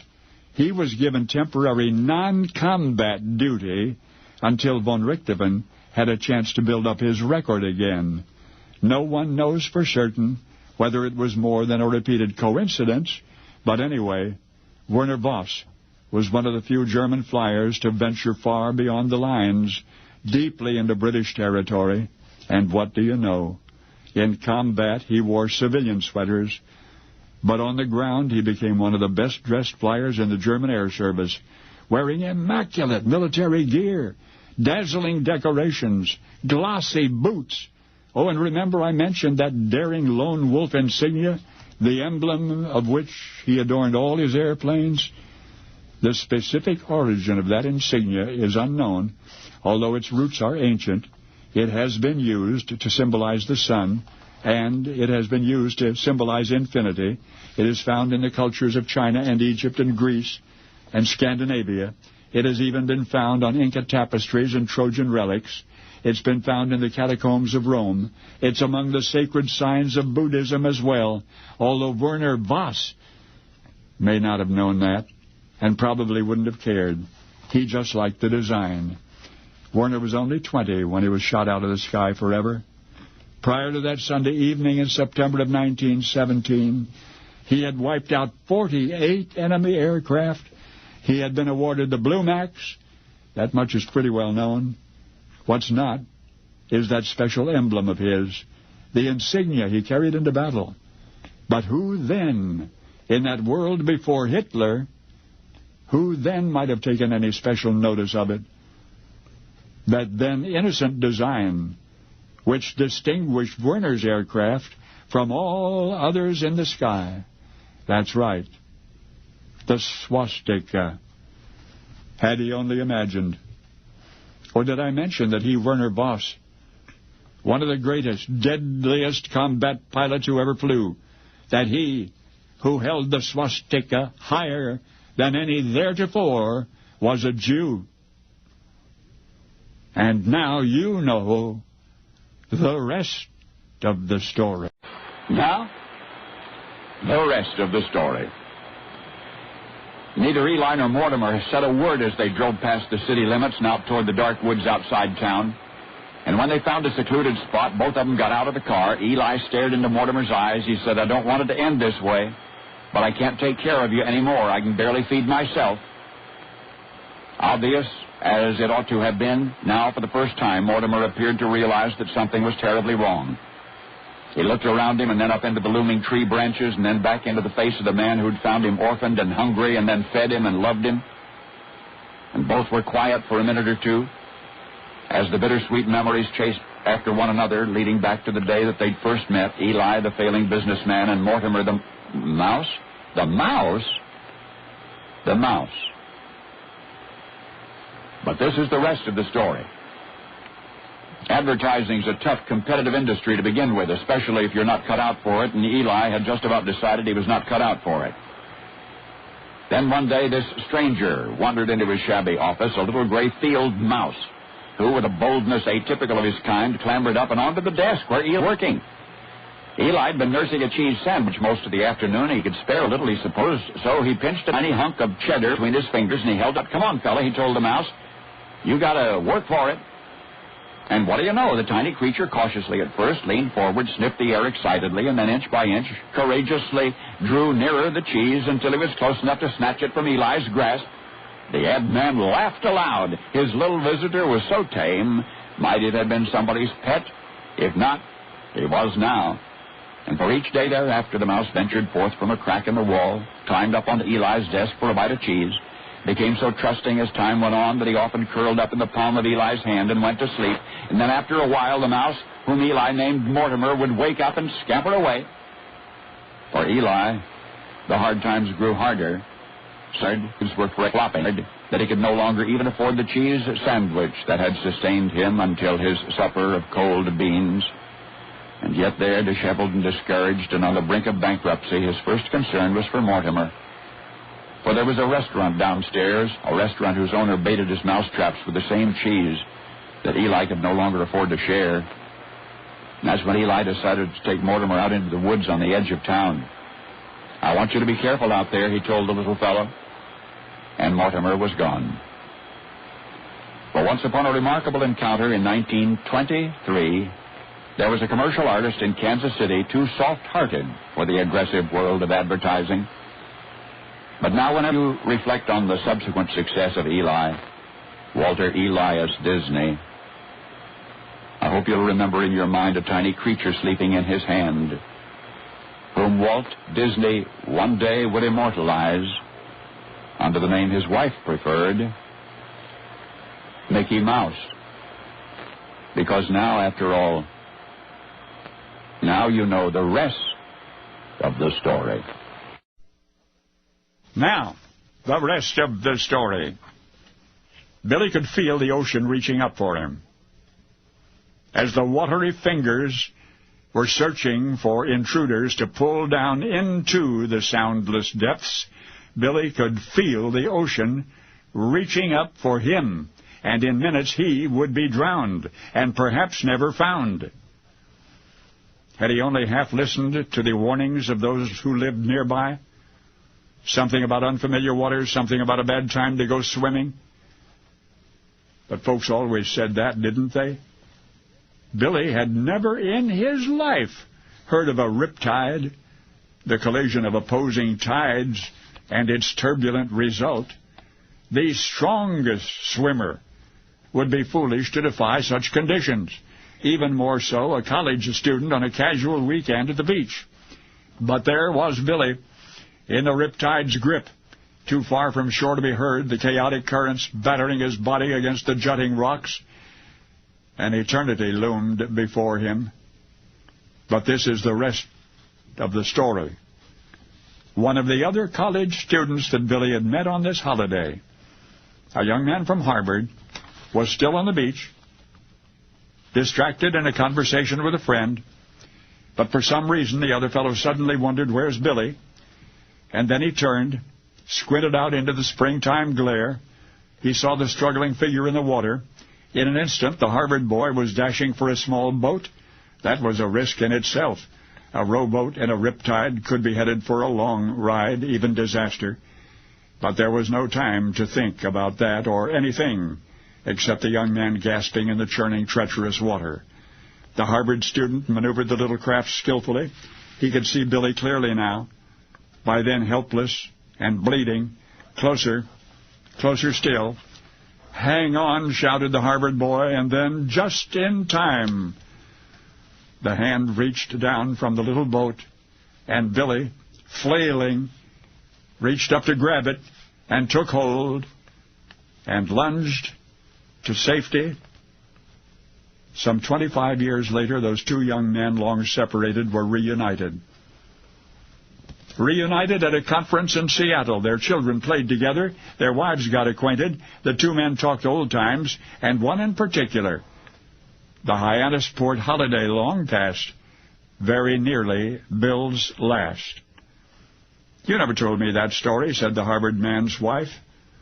And indeed he had not. He had forgotten somehow.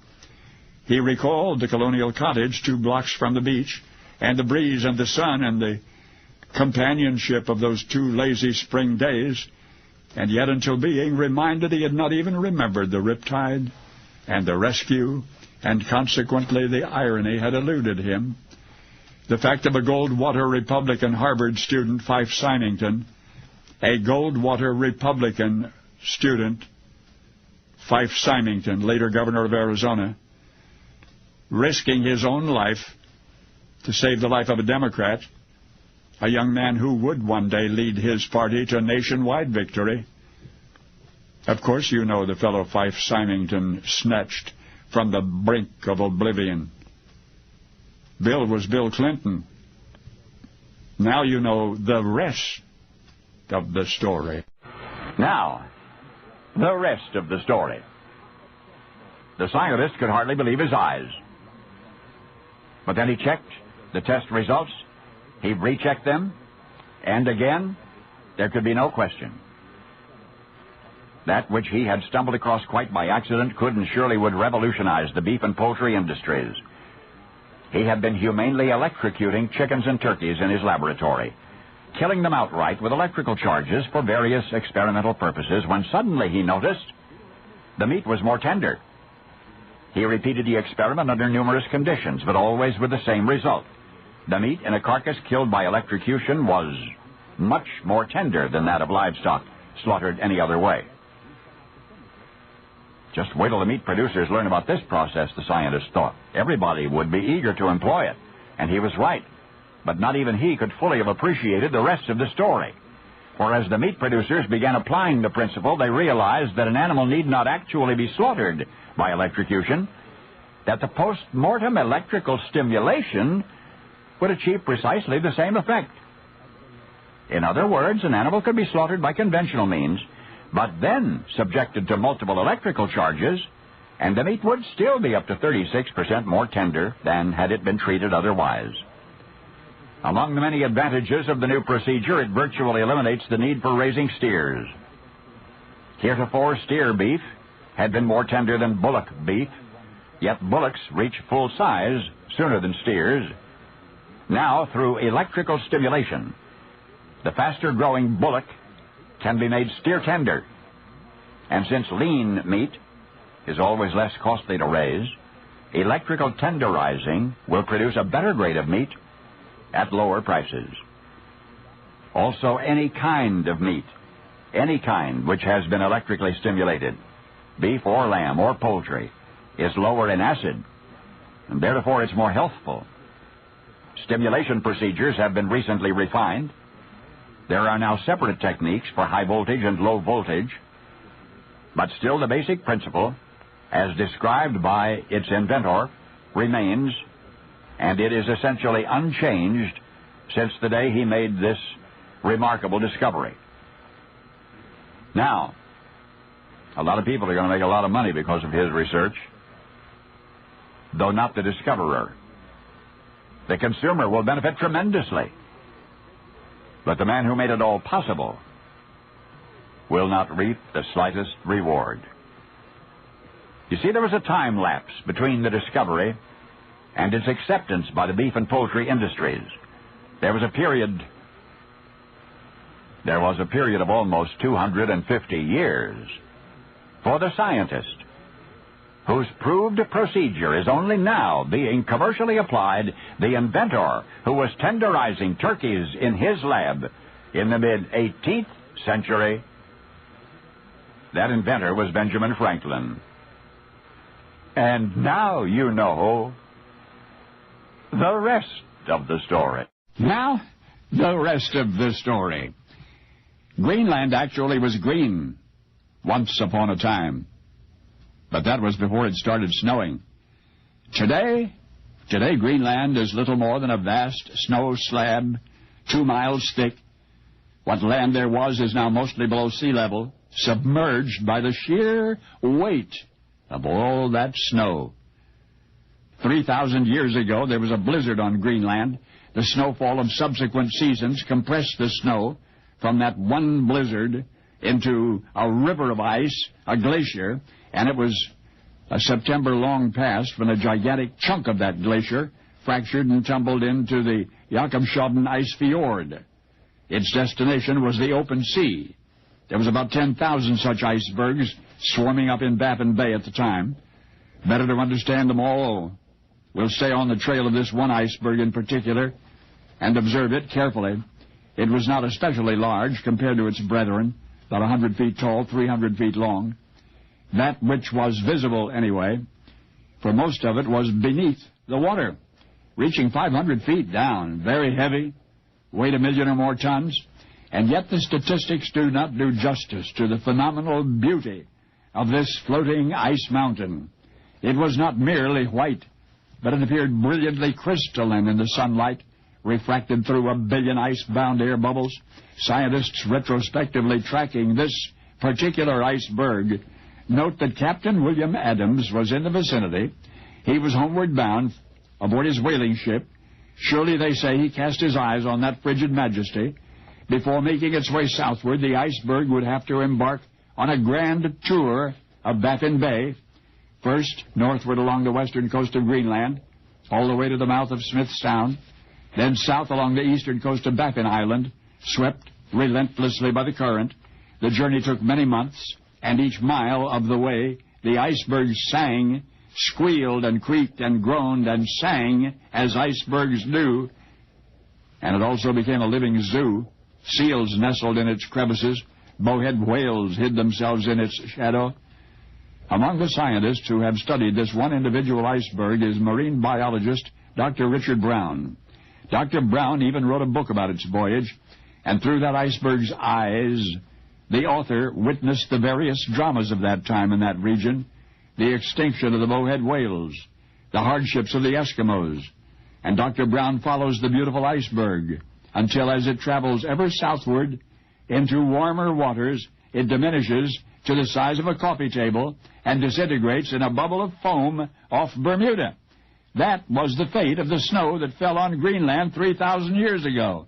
That is the way that beautiful peripatetic palace of ice passed from us. But before it did, it sank the Titanic. It sank the Titanic. Thus did a distant age reach into the 20th century to disturb our destiny. For the history books say that the Titanic was sunk by an iceberg off the coast of Newfoundland in April of 1912. And that is so. But now you know that she was predoomed by a snowstorm 10 centuries before the birth of Christ. Because now you know the rest of the story. Now, the rest of the story. American author Harold Bell Wright was country before country was cool. He wrote of the Missouri Ozarks and its people when this century was still in its teens. Lesser literary names of his era are better known. His contemporaries included Hemingway and Mencken and F. Scott Fitzgerald, but those writers had the blessing of the Eastern literary establishment. Who bothered to notice a hillbilly wordsmith from the Ozarks? Well, just the people. While Fitzgerald's books were selling 50,000 copies, Harold Bell Wright's were selling millions. His first 6 novels alone had 30 million readers. His books were bestsellers for 3 decades, so his was the household name. But because he was isolated by geography and by the pseudo-culture of Eastern establishment critics, some current encyclopedias do not even list Wright at all. 16 of his books were bestsellers. 8 of his novels were made into movies, some of them twice. One of them, Shepherd of the Hills, was filmed 4 times. But Wright himself lived and died mostly ignored in academic circles where he was considered either a nobody or a, quote, quasi-religious muckraker. His book, The Eyes of the World, was a bestseller, but was characterized by critics as, quote, a quack novel, stale, a sham, a puddle of words, a mess of mildewed pap. Critics said Wright's books made no demands on the intellect. Baldwin called him empty, shallow, inconsequential. But millions of enthusiastic readers believed in him and in his work. And one reader in particular. 40 years after Wright's death, that admirer wrote a letter to the author's closest surviving relative, his daughter-in-law, Jean Wright, who then lived in Valley Center, California. The letter said, and from here on I'm quoting, "Dear Mrs. Wright, it is true that your father-in-law's book, indeed books, played a definite part in my growing up years. When I was only 10 or 11 years old, I picked up Harold Bell Wright's book, That Printer of Udell's, which I had seen my mother reading, and read it from cover to cover. That book had an impact I shall always remember. After reading it and thinking about it for a few days, I went to my mother and told her I wanted to declare my faith and be baptized.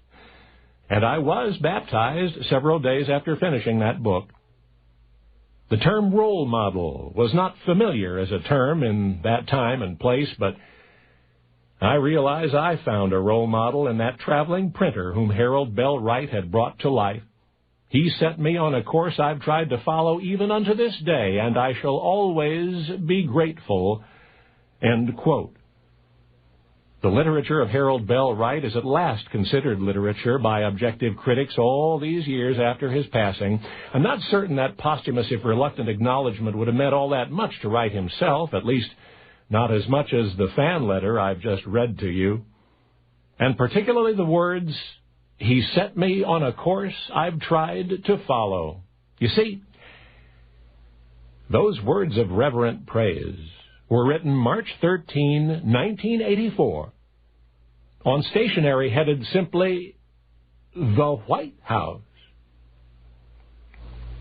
And the letter is signed, "Sincerely, Ronald Reagan." Only now, you know the rest of the story. Aaron, spelled A-R-O-N, really needed the job. His daddy was making rock-bottom wages at the local battery factory. His mother worked as a cleaning lady. The family lived in a government-subsidized apartment on the tough side of town. It was a matter of paying the family bills. Aaron really needed the job. And once he got it, then he kept it. His job as an usher in a theater. Every day after school, the teenager would walk the 2 miles home, change into his usher's uniform, walk a mile to the Lowe's State Theater on Main Street. But aside from the necessity of working at Lowe's, Aaron genuinely loved it because inside that grand old theater building, past the ornate columns and the marble-floored lobby, was another world, a world which Aaron so much preferred to the real one. How great it would be, he thought, himself to become a movie star. Now, how would a fellow go about that, he wondered. He stared intently at the big screen in the darkness, studying the actors in every aspect. After a while, he began taking notes on them, wrote down how the actors performed and why he thought they were popular, observed that dark-haired stars seemed to outlast the light-haired ones, that many of the most successful never smiled in their publicity shots. Even the way Clark Gable wore his shirts interested Aaron. Every night when his shift was over, a long walk home lay before him, and yet the journey seemed a brief one because of the thoughts dancing in his head, the reflections of what he had seen on the silver screen. And as I say, Aaron really needed the job, but this is the rest of the story. One night he got in a fight with another usher, a boy his age. Seems the girl who worked at the candy counter had taken a liking to Aaron, had given him a candy bar for free. The other usher was going to tell the manager. Anyway, the manager, a straight-laced fellow named Arthur Groom, saw the two boys hurling fists at each other, and he fired them both on the spot. They tried to explain, but Mr. Groom just walked away. Aaron was unemployed. Now remember this, Aaron had been fired by Mr. Groom. He tried other jobs after that, but never got the hang of them. Until the career which he stayed with for the rest of his life. And because of that career, his family would never go hungry again. For only 3 years later, and this staggers the imagination, only 3 years, 3 short years after that same manager and that same theater gave Memphis, Tennessee, its premiere of a motion picture, a movie starring the usher Mr. Groom had fired. Just 3 years. The young man's parents attended the grand opening. The young man himself was back in Hollywood, already making a second motion picture. And there would be a great many more. There's no way to know. Had he kept his job as an usher, he might have just dreamed on forever. But instead he walked out that theater door and eventually walked onto the silver screen and into the hearts of millions who celebrate his name to this day. Aaron, A-R-O-N, was his middle name. The other names were Elvis, Aaron Presley, and now you know the rest of the story. Now, the rest of the story. Say, did you hear the one about the traveling salesman from Cleveland who wagered over his head in a game of golf? No, it's no joke. He was 25. Professionally, he made about what he paid, so though he was a pretty good amateur golfer, he dared not bet a lot in a game until one day.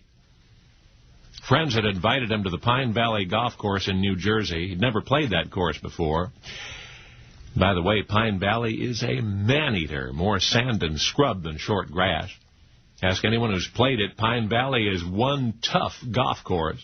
Now, the young salesman is no hustler, but today he's got to hustle. He needs money, hundreds of dollars. So the negotiating begins. Pine Valley can't be such a hard course, he says. His golfing companions laugh. Would he care to put a little money behind that? All right, he says, how about this? For every stroke over 80 on his scorecard, he will pay his companions $100. Well, the other fellows are delighted. Who does this kid think he is, believing he can shoot 80 or lower his first time out at Pine Valley? But, says their guest, you pay me $100 for every stroke I make under par. Par was 72. Well, now his guests are sure this youngster has underestimated the notorious course. They've heard he's pretty good, but nobody's that good, so eagerly they agree to the wager. Now, the first hole at Pine Valley is a monster par 4, 427 dogleg right, woods on the left, sand and scrub on the right. The green's level with the fairway, but the problem is there's a sharp 10-foot drop from the fringe on the left and the right and the back. So the salesman's 30 feet from the pin, already lying 4. But he sinks the 30-footer. He's not even reached the second tee, and he's one over. And remember, $100 for every stroke over 80. And what the other fellas don't know is that their guest is broke. No way he could pay for even one of those strokes. And to win anything, he has to break 72. Well, that day, after that most important game on that most treacherous golf course, the daring young visitor putted out on 18 with a round of 68. 4 strokes under par. According to the bet, of course, he won $400, precisely the cash he'd needed to pay for something he'd already bought. Well, it's many victories later now, and millions in winnings and earnings. But that remarkable career in professional golf all began with the game you just played, the game he had to win in 1954. You see, that day he was playing for keeps. He was playing for an engagement ring he'd bought before he could pay for it. And that day he learned how good he could be, what he could do when he had to. So that same year, that same Cleveland salesman made golf his profession, and he and it have rewarded each other ever since. Oh, and the ultimate trophy he won back in 1954 was a girl named Winifred Walser, who became Mrs. Arnold Palmer. Only now, you know the rest of the story. Now, the rest of the story. It has been said, if Charles Lee had been born in Philadelphia rather than Chester, England, he might well have become Commander-in-Chief of the Continental Army during the American Revolution. And from that position, one presumes he might have become father of his country, our country. But enough of what might have been. Here's what happened. In early 1775, British troops, redcoats, were becoming a familiar sight in the city of Boston. To the colonists, it was an intolerable situation. So the First Continental Congress urged the colonies to strengthen their militias. That way, should Massachusetts be threatened by military aggression, she could count on the support of all America. Now, by this early stage of the mounting hostilities between the colonies and the motherland, the Continental Congress, still hoping for a peaceful solution, had just in case acquired an unofficial military advisor. a gentleman widely recognized among, quote, the greatest military characters of the present age, a retired British officer, Colonel Charles Lee. Colonel Lee of the 16th Dragoons, a veteran of numerous campaigns in as many lands, best known for his exploits commanding the 16th, a fierce, shrewd regiment of heavily armed cavalry. And one can imagine the delight of the Continental Congress upon learning that the same Colonel Charles Lee had adopted the cause of the American patriots. Congressmen were also impressed that Lee's wit and charm and intelligence indeed allowed him to discuss the philosophy of Jean Locke and Jean-Jacques Rousseau with the same ease that he might elaborate on military strategy. But most assuring of all was that he was the Lee of the 16th Dragoons. That made him the commander who had hammered that regiment, the 16th Dragoons, into a cunning, devastating fighting machine at which history would marvel. Colonel Lee had shown the 16th how to win all the time, and now the American colonists hoped that he would do the same for them. So before independence was declared, Charles Lee was commissioned a major general in the Continental Army. George Washington himself requested the appointment, and Lee inspired his fellow patriots with his brilliant military ideas. He gave his soldiers confidence in themselves and in their prospects against the British, and they believed in him too. After all, he was Charles Lee of the 16th Dragoons, the dread 16th Dragoons. And yes, General Lee did play a significant role in the Revolutionary War. Although his service was comparatively brief, there was no telling how far he might have gone. You see, in Portugal he had taught his crack British regiment everything he knew about warfare. So they knew him very well. They knew him too well. And so on December 13, 1776, the almost invincible General Lee was outwitted. He was outwitted by his own magnificent monster, the one he had created, and caught off guard and conquered and captured in New Jersey by his own British 16th Dragoons. And now you know the rest of the story. The rest of the story. Everybody in Canton, Ohio, knew the Falwell Building, a huge place, mostly occupied by an apartment store. Because of heavy daytime traffic, the Falwell Building was cleaned and otherwise maintained mostly at night. An entire night crew was employed for the purpose. I want you to meet one member of that night crew, Murray Spangler, the building's janitor. Murray was a rather slight, inobtrusive man, not the sort who would easily attract attention. But then the cough started. It was occasional at first, little more than a tickling in Murray's throat, but the cough persisted. Emily the scrub woman noticed it almost before Murray did. What was the matter? She'd ask. Oh, a touch of grip, maybe, Murray would answer, and then he'd say it would go away, but it did not. And some nights the coughing became hacking. Other members of the maintenance crew staff noticed until eventually everybody was asking what on earth was the matter with Murray. Tuberculosis, somebody suggested. Consumption. Deadly. Communicable. But Murray never coughed during the day, only at night when he was actually inside the Falwell Building.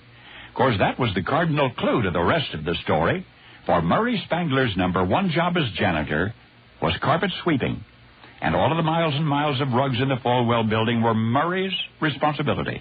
And yet, as he pushed the giant carpet sweeper, he raised enough dust into the air to trigger an allergic reaction. And over the months, and then the years, Murray's allergy worsened. Sometimes the coughing became so violent that Murray simply could not continue his chore. Often fellow workers heard asthmatic gasping in the distance and rushed to discover Murray in a state of helpless exhaustion. The growing sympathy for him was such that other members of the night crew frequently cleaned the carpeting in addition to their own assigned responsibilities. Now, if Murray had simply been a goof-off, things probably would have gone on that way until the staff got fed up and he got fired, surely never to be heard from again. But Murray was not a goof-off. In fact, he was so determined to earn an honest living that he started tinkering on his own time.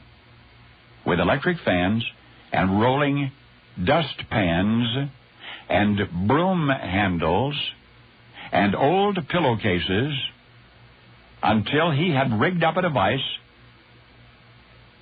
which could inhale carpet dust without exhaling any. And yes, the device worked. And Murray used it in his janitor's job. And that's precisely how his illness ended and something more significant began. In 1907, for the upright dust bag bearing electric vacuum cleaner has been the loyal companion of homemakers in each generation since, and yet few of us have realized its origin in the hands of an asthmatic janitor named Murray Spangler. But the man who ultimately purchased the rights to his invention was a small-town harness maker named William H. Hoover. And for a generation, the Hoover vacuum cleaner became like all one word to the housewives of the world. And now you know the rest of the story. Now, the rest of the story. College football, Saturday, September 24, 2005. Notre Dame was poised to clash with the University of Washington in Seattle. It was nationally televised. You may have seen it. Anyway, Notre Dame took the opening kickoff. The player who caught the ball fumbled it. Notre Dame recovered, but on their own 1-yard line. Now, you're backed up against your own goal line. You keep it on the ground. You've got to. Unless there's some late-in-the-game desperation, you rush. Give your quarterback some elbow room. But Notre Dame's coach Weiss says no. Sends in another play, an impossible play, it would seem. Pass. Pass right. And his entire team knows why. It was a promise. Coach Weiss had promised someone ahead of time that he could call the first play of the game, call whatever he wanted, and he had called pass right. Now, college football enthusiasts already know where I'm going with this, so bear with me for the sake of those who have not heard. That Notre Dame coach, Charlie Weiss, had recently befriended a small boy, a 10-year-old boy, who was very sick, brain cancer. Youngster's name was Montana Mazurkowitz. He was actually named for Notre Dame star quarterback Joe Montana. Anyway, this little boy had been a huge Notre Dame fan all his young life, and now he needed some encouragement. So Charlie Weiss befriended him. In fact, Charlie had just been to his house earlier in the week, had brought him a football, and told him a little about Joe Montana, who had been Charlie Weiss's roommate in college. And then Charlie asked the youngster, how would you like to call the first play of Saturday's game? Well, the little boy said, sure. And then he said, pass right. So now you see what's happened here. Nobody could have predicted that Notre Dame's first possession would be on their own 1-yard line, the last place from which you want to pass. But here they were. Michigan State had just beaten Notre Dame the week previous, so they needed a good start here. But Coach Weiss says, no. We're not playing it safe. We're running Montana's play. So out they go. Quarterback Brady Quinn, standing there in his own end zone, takes the snap, looks right, sees tight end Anthony Fasano open, just barely open. So Quinn throws to him, and Fasano, this big tight end, catches it, turns to run. He has to leap over a defender, which no one has ever seen this big guy do, but he makes it for a gain of 13 yards. And yes, the Irish went on to beat U of W 36-17, a victory that stood on the shoulders of a little boy and his impossible play. But see, it was not about looking big to a sick kid. It was about keeping a promise. Because little Montana, he had died the previous day in the home Charlie Weiss had visited. Would surely never have held the coach to that risky, awkward opening pass. But it worked. And even still, Anthony Fasano wonders how he managed to hurdle that defender without help from somewhere. But maybe we know, because we know the rest of the story. You know William Penn, founder of Pennsylvania Colony, William Penn. What you're about to hear happened during Penn's rebellious young manhood, many years before he came to America. Since his early 20s, Penn was an outspoken advocate of the Quaker religion. Now, the Quakers were much persecuted in those days. Many of their leaders were in prison. By Penn's 25th year, the situation had greatly worsened. So he came to London to assist his beleaguered brethren. Passivity was getting them no place, he decided. Both the Crown and the Church of England must be challenged.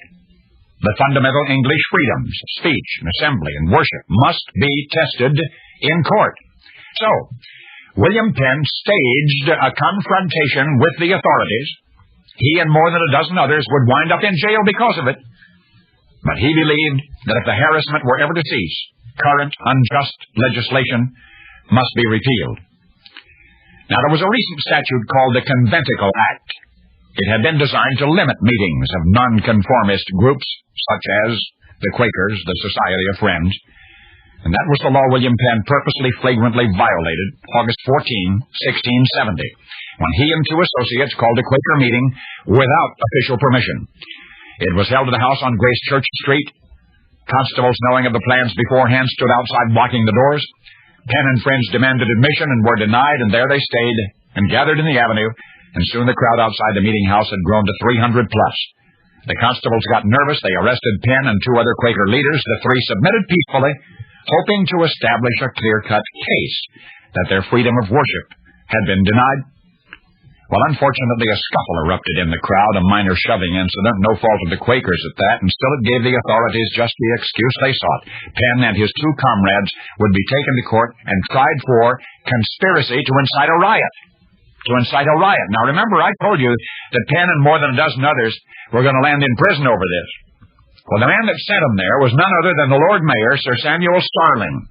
Remember that name. Sir Samuel Starling, the presiding judge at the trial. Well, the defendants never had a chance. Penn, acting as attorney, was not allowed to cross-examine witnesses for the prosecution. Witnesses for the defense, if you can imagine this. Witnesses for the defense were not even permitted to testify. Not at all. Yet what William Penn's legal challenge ultimately did accomplish was significant indeed. A score of legal reforms were eventually inspired by that one trial, not because of anything Penn did, but because of something the judge did.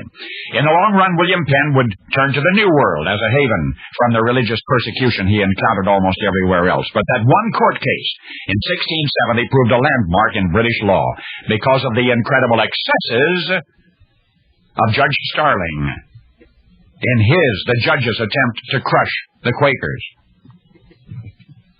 Now remember, once again, Penn and more than a dozen others went to jail. But how it happened is, when the 12-man jury returned with their verdict, a verdict which said the Quaker leaders were not guilty. The jury said the Quakers were not guilty. The judge got so angry,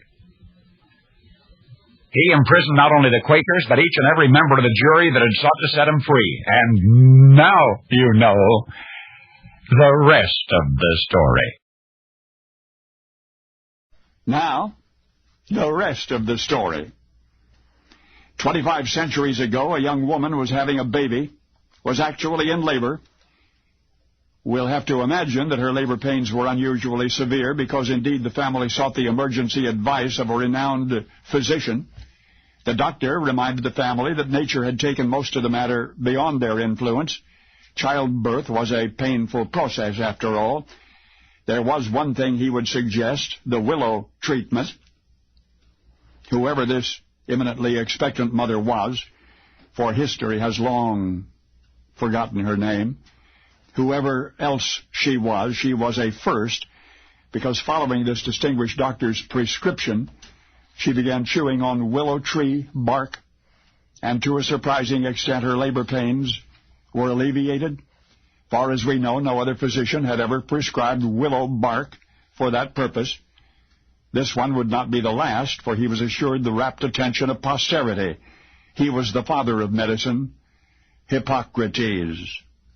It is said that Hippocrates could even cause fevers to subside by making his patients chew willow bark. For hundreds of years, each generation of physicians since included the bark of the willow tree among their myriad nostrums. I don't know why they ever stopped using it. Perhaps the gradual intrusion of scientific method into the world of medicine. In any event, the willow treatment slowly fell by the wayside until the mid-18th century. The Reverend Edward Stone was just that, a reverend, no physician. But he was a brilliant man, and his intellect was ever seeking to satisfy his incessant curiosity, and it was he, the Reverend Stone, who revived the ancient willow treatment. Only this time, for the first time, statistics supported his suspicions. In 1763, Reverend Stone revealed to the prestigious Royal Society of Britain that he'd been experimenting with willow bark. He'd treated 50 cases of ague, an intermittent disorder. The ague, what they called ague, may have been rheumatic fever, but at any event, Reverend Stone reported the effects of the willow bark had been uniformly beneficial. And for the first time in a long time, the medical community was standing in the shade of the old willow tree. Never again would doctors doubt the effectiveness of the willow treatment. Although, and this is significant, not until 1971, 35 years ago, did anyone have the vaguest idea why the active ingredient in willow bark relieves pain. Until 1971, the whole world took for granted and accepted empirically the worth of willow as described 2,500 years ago. It really does subdue fever. It really does relieve discomfort. What the great Hippocrates was actually prescribing for pain was the active ingredient in willow bark. And one has to wonder if today it would even be approved by the FDA. For that magic ingredient in willow bark we have now come to know as aspirin. Aspirin. But now you know the rest of the story.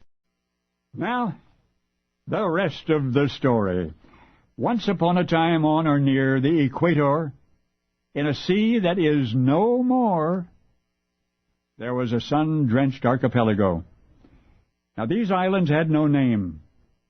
Lacking anyone to name them, they were many, and they yawned in the sunshine, and they stretched their arms over 1,500 miles in the glistening ocean.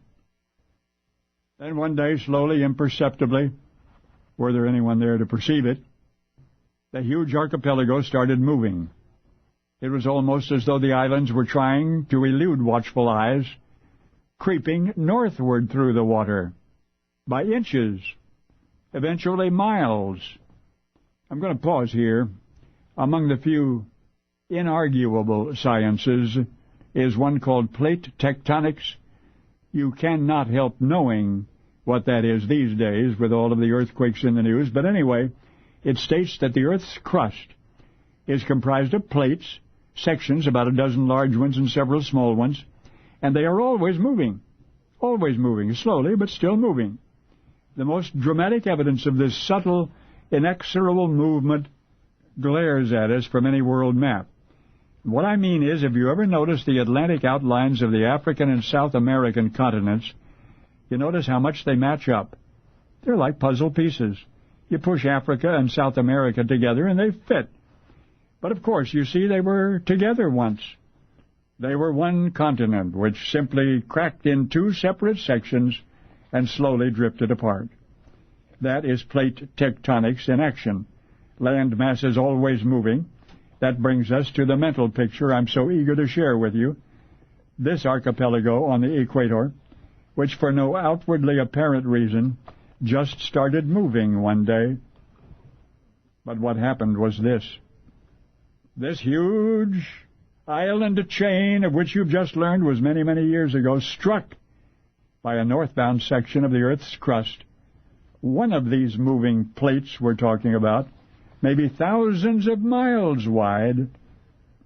I want you to picture this now. These islands were just scraped off the sea floor like a garbage can on the hood of a reckless driver's car, were pushed all the way north until it ran into another plate. Hear this carefully now. In the collision between these two massive sections of the Earth's crust, these islands were thrown high into the sky, 29,000 feet high, 5.5 miles high.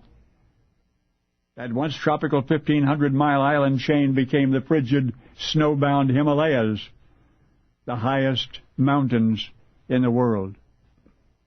And a beautifully detailed description of that tectonic miracle appears in an impeccable study by the University of Houston, which itself has been presented to the Geological Society of America. As much as we've known about plate tectonics, we didn't know this until now, that once upon a time there was a tropical paradise of islands in the sea that became the Himalayan mountains in the sky. And you know why. Because now you know the rest of the story. Now, the rest of the story. Charlie was 10. School was out for Christmas vacation. The family had decided to spend their holiday in the country. A light snow was falling, and Charlie pressed his nose against the window pane. How unlike the big city, where traffic blackened the white loveliness almost before it touched the street. But here, all was quiet and cottony white. Say, how would Charlie like to go for a car ride in the snow, his mother asked. Oh, Charlie would like that. So the boy and his mother got in the car and drove off down the snow-laden lane. Even the tiniest twigs in the barren trees glistened. Charlie wondered what made the ice cling like that, as he listened to the squeaky crunch of the snow under the car tires. And the snow fell more heavily now. A mile or so down the road was a gentle curve. Mother knew it was there. She drove slowly approaching it, so it was doubtless a patch of ice, which caused the automobile to slide off to one side and into a shallow snowdrift. Oh, Charlie thought it was fun. Mother smiled and shifted into reverse, but no traction. The wheels were spinning, and Mother was no longer smiling. Charlie could not wait to be asked. He opened the passenger door and climbed down into the snow. I will push, he declared, and he scampered around to the front of the car. Well, again, Mother stepped on the accelerator, but despite her son's assistance, the automobile just sat there stuck. It was all right, Mother reassured. There was a house not far away. Strangers, but surely friendly strangers. So hand in hand, young Charlie and his mom started walking. The snow fell more heavily now.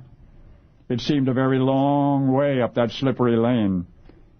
But then at last, in a vague silhouette against the gray-white sky, the big house loomed before them. Mother knocked on the door.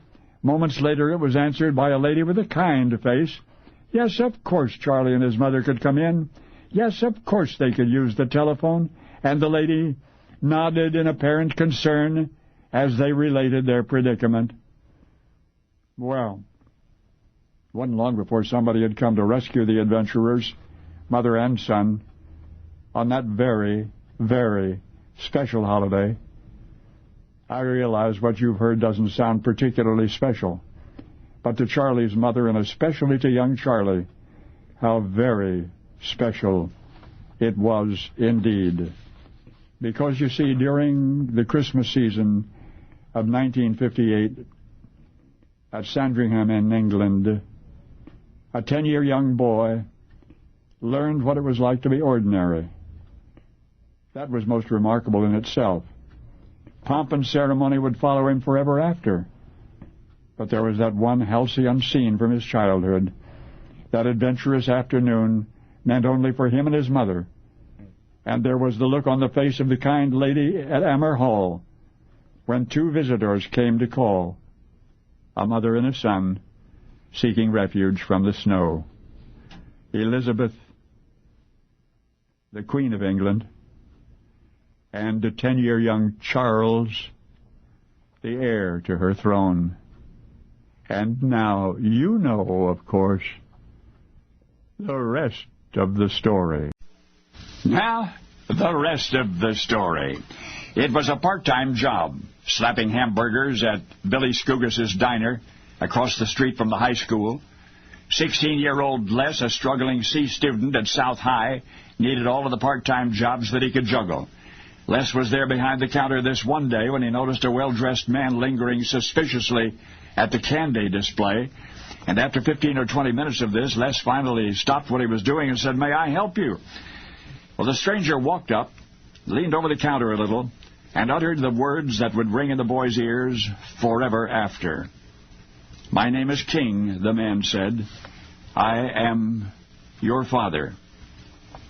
Well, Les tried not to show what was happening to him inside, the sudden silent cacophony of confusion, disbelief, and panic. "My father is at work right now, sir, so unless there's anything else I can do for you..." But Mr. King interrupted the boy. "You mean, young man, your mother never told you?" Well, quite in fact, Les's mother Dorothy had told him, about 3 years ago, that the only father Les had ever known was not his father, but instead Dorothy's second husband. She had married the first time when she was only 20. She had barely embarked on her honeymoon when the man who had promised to love and cherish her was humiliating her, threatening her, beating her. The abuse lasted nearly a year before Dorothy bundled her newborn infant in her arms and fled forever.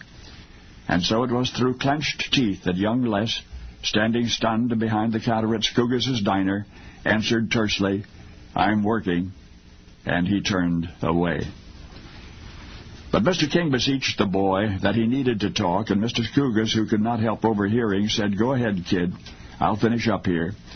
So Les, his brain still reeling from this unexpected intrusion into his young life, went off with the well-dressed stranger, and they got into a shiny new Lincoln automobile, in which an attractive woman was waiting, and she was introduced as Mrs. King.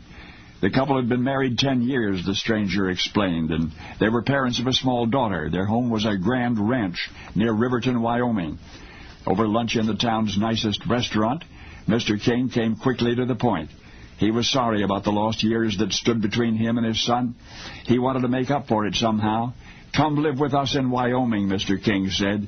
"I promise you'll have everything you ever wanted." But Les remembered hearing about another promise this man had once made and had quickly broken. And then he remembered another man, a poor paint salesman, who had married his mother and loved her as she deserved, and more remarkably still, who had loved and encouraged young Les as the best of fathers would.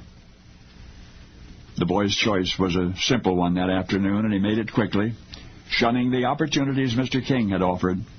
For this person across the table may have been his father, but the kind, constant, incomparable fellow at home was his dad. Until today, you never met Leslie King, Jr., the 16-year-old who went back to slapping hamburgers at Scoogus' in the spring of 1930. But you recognize instead the self-reliant man that self-reliant boy became, that boy who one day took with him to the presidency of the United States the name he proudly received from a humble paint salesman in Grand Rapids, Michigan, Gerald R. Ford, Jr. And now you know the rest of the story. Now, the rest of the story. It was on April 1 of all days that WJZ-TV news director called Gale into his office. If only it could have been an April Fool's gag, he thought, for indeed it was Gary who had hired the pretty 22-year-old reporter in the first place. "You're no longer co-anchoring the news," he said grimly. "I'm sorry, it just did not work out." Oh, she'd seen it coming. Everybody had. For all of the on-camera spontaneity and empathy that had made her such a popular reporter in Nashville, it only made her look naive and amateurish in this major market, Baltimore. And just as a lifetime is said to flash before one's eyes in one's final moments, every mistake that Gale had ever made over the past 9 months now scrolled painfully past her mind. For example, on the theory that pre-reading the news makes it sound stale, Gale sight-read the teleprompter during her newscasts. That way, she explained to incredulous colleagues, the viewers and I will be learning the news together. And yet these nightly impromptu meetings led only to stumbling and fumbling and sometimes grotesque mispronunciations. But there was something else. For no matter how hard she tried, Gail simply could not remain detached from the stories she covered. She recalled one assignment in particular. She was to interview a woman who had just lost her home in a fire. When Gail and her crew arrived at the scene, they found the woman wandering the smoldering rubble in a grief-stricken daze. This story is inappropriate for air, she telephoned Gary. But, told that she would be fired if she refused, Gail proceeded with the interview. And hearing from the woman's trembling lips that the fire had not only taken from her everything she owned, but her 7 children as well, Gail, too, uncontrollably began to sob. And now as she rose from her chair in the news director's office, she admitted sadly that news for her was just the wrong job. But WJZ-TV had another problem now, what to do with Gail. Her 6-figure contract had years to run, so it would be financially impractical simply to retire her. Station executives talked it over, decided Gail needed a new look, a makeover. We're going to send you to the most exclusive, expensive beauty salon in New York, they announced triumphantly. And yet, because of an unfortunate error in the brewing of exclusive, expensive beauty concoctions, she returned to Baltimore totally, utterly, humiliatingly bald. There was only one thing left to do for Gail. Let her hair grow back and then lose her. Drop her into an inobtrusive morning fill-in show called People Are Talking. Let her make her mistakes, and let her contract expire. That was 30 years ago, and people have been talking ever since. For once upon a dashed dream, there was a pretty young reporter who was just simply too spontaneous and too empathetic for the news, who learned the hard way that there's a difference between reading a teleprompter and just plain talking and listening, which she does as well as anyone ever has. Oh, yes, you know Baltimore's bald news disaster as Oprah Gail Winfrey. Oprah Winfrey.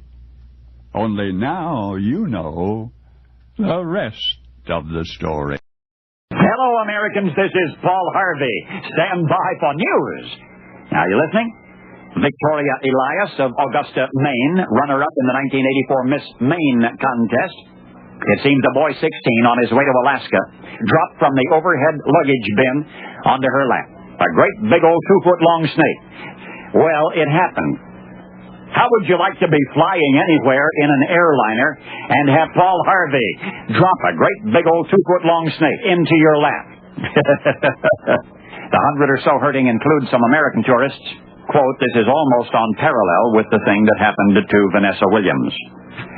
President Reagan now is accused of being caught in a hotel room bed with a North Carolina man. Maybe you can help. Tip O'Neill, his has none. Maybe you can help. Almost everybody seems willing to support a great big old 2-foot-long snake. Now, page 2. By proclamation of the National Pest Control Association, the month of June is to be National Snake Control Month. If you know an artist who might be competent to produce a worthy one, have him meet me here at this time tomorrow and we'll talk about it. Really? My goodness, I just note today, in USA Today, that the average cost of a wedding, what would you guess is the average cost of a wedding now?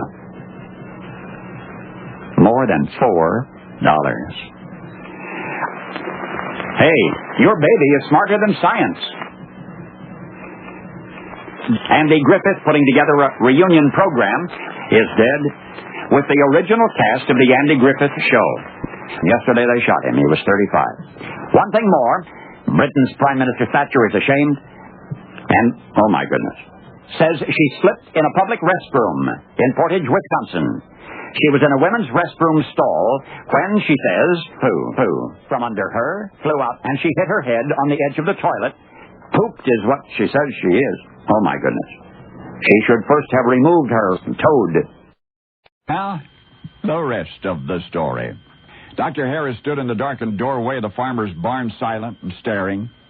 As his eyes adjusted, the shadows parted like curtains, revealing the shapes and the dimensions behind them. And there was something curious here, something anomalous to an English village in the outskirts of London.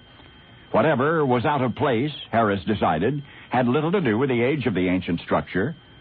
For if one had stood in that very doorway nearly 3 centuries previous, that is to say when the barn was new, one might still have felt uneasy, as though the observer were suddenly far from the quaint Quaker settlement in Buckinghamshire, as though one were, well, nowhere near anything at all.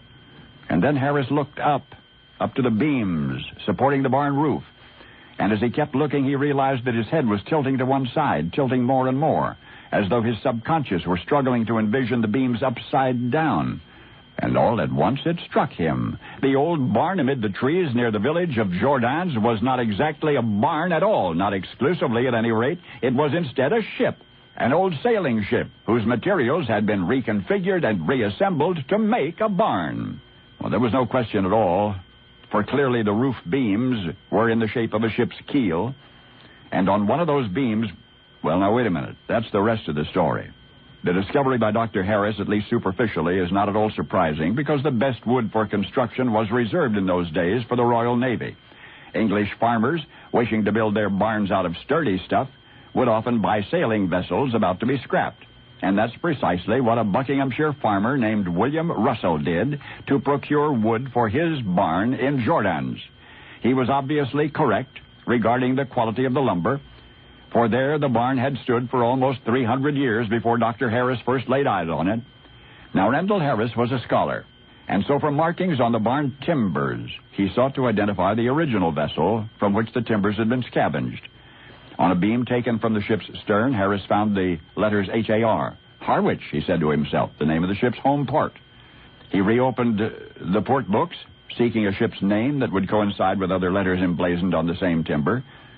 And what do you know, there it was. A cargo ship that had carried freight between England and France for many years before being declared in ruins and appraised and sold. And yet it was a side trip taken 3 years before she was scrapped that makes the vessel worth remembering. You may doubt, if you wish, and others have, the research of Dr. Rendell Harris, completed in the second decade of this century. But before you dismiss it, consider this one last piece of evidence. A fractured crossbeam, a split crossbeam, still in the roof of that old barn. Today, still there, just like the one described in the ship's own log. A beam that split during a storm at sea in 1620. A telltale timber from a watertight time machine linking England's past with your future. The barn was built from the lumber of the Mayflower. And now you know the rest of the story. Now, the rest of the story. In the winter of 1851, a cargo vessel out of Hong Kong spotted a foundering Japanese junk in the Pacific. The junk sank. Her crew of 17 was taken aboard the cargo ship. From their own vessel, the Japanese sailors salvaged a box containing the ship's log and a navigation chart, a compass, some gold and silver Japanese coins, and a small bag of something called Japan peas. March 4, the cargo ship arrived at the port of San Francisco, but the Japanese seamen were not permitted to disembark. They were quarantined, at least until the status of their health could be determined. March 15, it's 11 days later now, the Japanese sailors were still aboard the docked vessel. They were still there pleading to be released. Standing on the dock was a physician, Dr. Benjamin Edwards. Gold fever had brought him to the West Coast. He was now returning home to Alton, Illinois, was about to embark on the first leg of that journey. In fact, he was standing there watching the ship take on provisions when a man approached him and explained the plight of the Japanese sailors.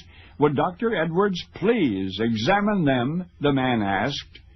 Dr. Edwards said he would. So he was taken aboard, where he found the men in good spirits and in good health, When the examinations were finished, Dr. Edwards signed the necessary papers. The Japanese were free to go. The sailors expressed their gratitude to the physician. Would he please accept some reimbursement for his services? Dr. Edwards said no, it was quite all right. He had been glad to help. But then one of the seamen reached down into the box they had salvaged and withdrew that little sack of Japan peas. Would Dr. Edwards please accept these, if only as a token of their esteem, as a very simple thank you? Well, Dr. Edwards smiled, took the bag, and went home. San Franciscans became instantly enamored of the liberated Japanese sailors. Their remarkable clothing and exotic homeland got them into the newspapers, even got them invited to society events. Surely this was the beginning of commerce and communication between Japan and the United States, some said. But it was not. The Japanese sailors eventually returned to the Orient, just as Dr. Benjamin Edwards returned to Alton, Illinois, with his bag of Japan peas. He considered them useless, but he then presented them to a friend who had a garden, a neighbor named John Less, who then planted the peas and grew some more and sent them to horticultural societies all over the country and ultimately all over the world. 100 years previous, there had been an attempt to introduce that very crop to American soil, but that attempt had failed. What succeeded, what started, what became a 9-million-acre, 2 billion bushel business in the state of Illinois alone, was a token gesture, a gesture of appreciation, a thank you from a handful of Japanese seamen more than 100 years ago. Of course, you know what was then called the Japan peas as soybeans. But now you know the rest of the story. This is the story of a painting nobody wanted. A picture brought to life by the cruel hands of a miserably unhappy man in the heat of one passionate hour. And then, though the artist was certain that he was the master craftsman of his age, and that this painting was his very best, anybody could have bought it, but nobody wanted it. Now, it was late afternoon, and an artist is sitting alone in his cluttered studio. He was not moved to complete any of the half-finished canvases about him. He tried, he quit. Finally, he threw himself on a hard cot and, dejected, sought refuge in sleep. It was while dozing that his subconsciousness wandered back over the stormy, sordid years of his life and fixed itself on one face. And here in this twilight world of half-sleep, he found himself again in the presence of one person who had cared nothing for his genius, but who had loved him. The artist sat upright and jumped to his feet. His hands fumbled for a canvas, and through the days that followed, his studio doors were closed to the fawning patrons who came frequently to share his food and wine, and the artist, alone as was not his custom, worked on. Alone, that is, except for this remembered face from the past, the indelible impressions his feverish brain had preserved. And when the painting was done, when the paint itself was yet moist, the artist, convinced of its merit, submitted the canvas to the Royal Academy. It was rejected. And when, at long last, the Academy did accept it, then, reluctantly, to exhibit the canvas, it was ignored. Critics and public alike passed it by. And so began the unhappy life of an unwanted painting. It was returned to the artist's studio to gather dust for 10 years, while his other works sold. This one did not. Finally, the artist sent his ugly duckling canvas to the Pennsylvania Academy of Fine Arts, and so impressed were the sponsors that they assigned the work to a dark corner. Even with a modest price tag of $350, it was still the picture nobody wanted. Back to the artist's studio in England, again to gather dust for 3 more years. After that second long period of neglect, the painting was shipped to Paris, there to be shown in the Paris Salon. No, this time the painting received a degree of recognition. It received a medal, 3rd place in its class. And though this was hardly the acclaim for which the artist had hoped, at least now his unwanted canvas had the opportunity to attract a buyer, and it did. It sold for about $600. And that might have been that. Instead, today, those who could not name even two of this artist's many masterpieces can identify this one. His unsavory reputation has long been erased by the success of his solitary work. It was almost as though the painting's subject, the one person in the whole world who ever really loved this man, came back from the dead that afternoon in his studio and returned for a purpose. You see that inspired picture entitled Arrangement in Gray and Black No. 1. The world has renamed for the woman who inspired it.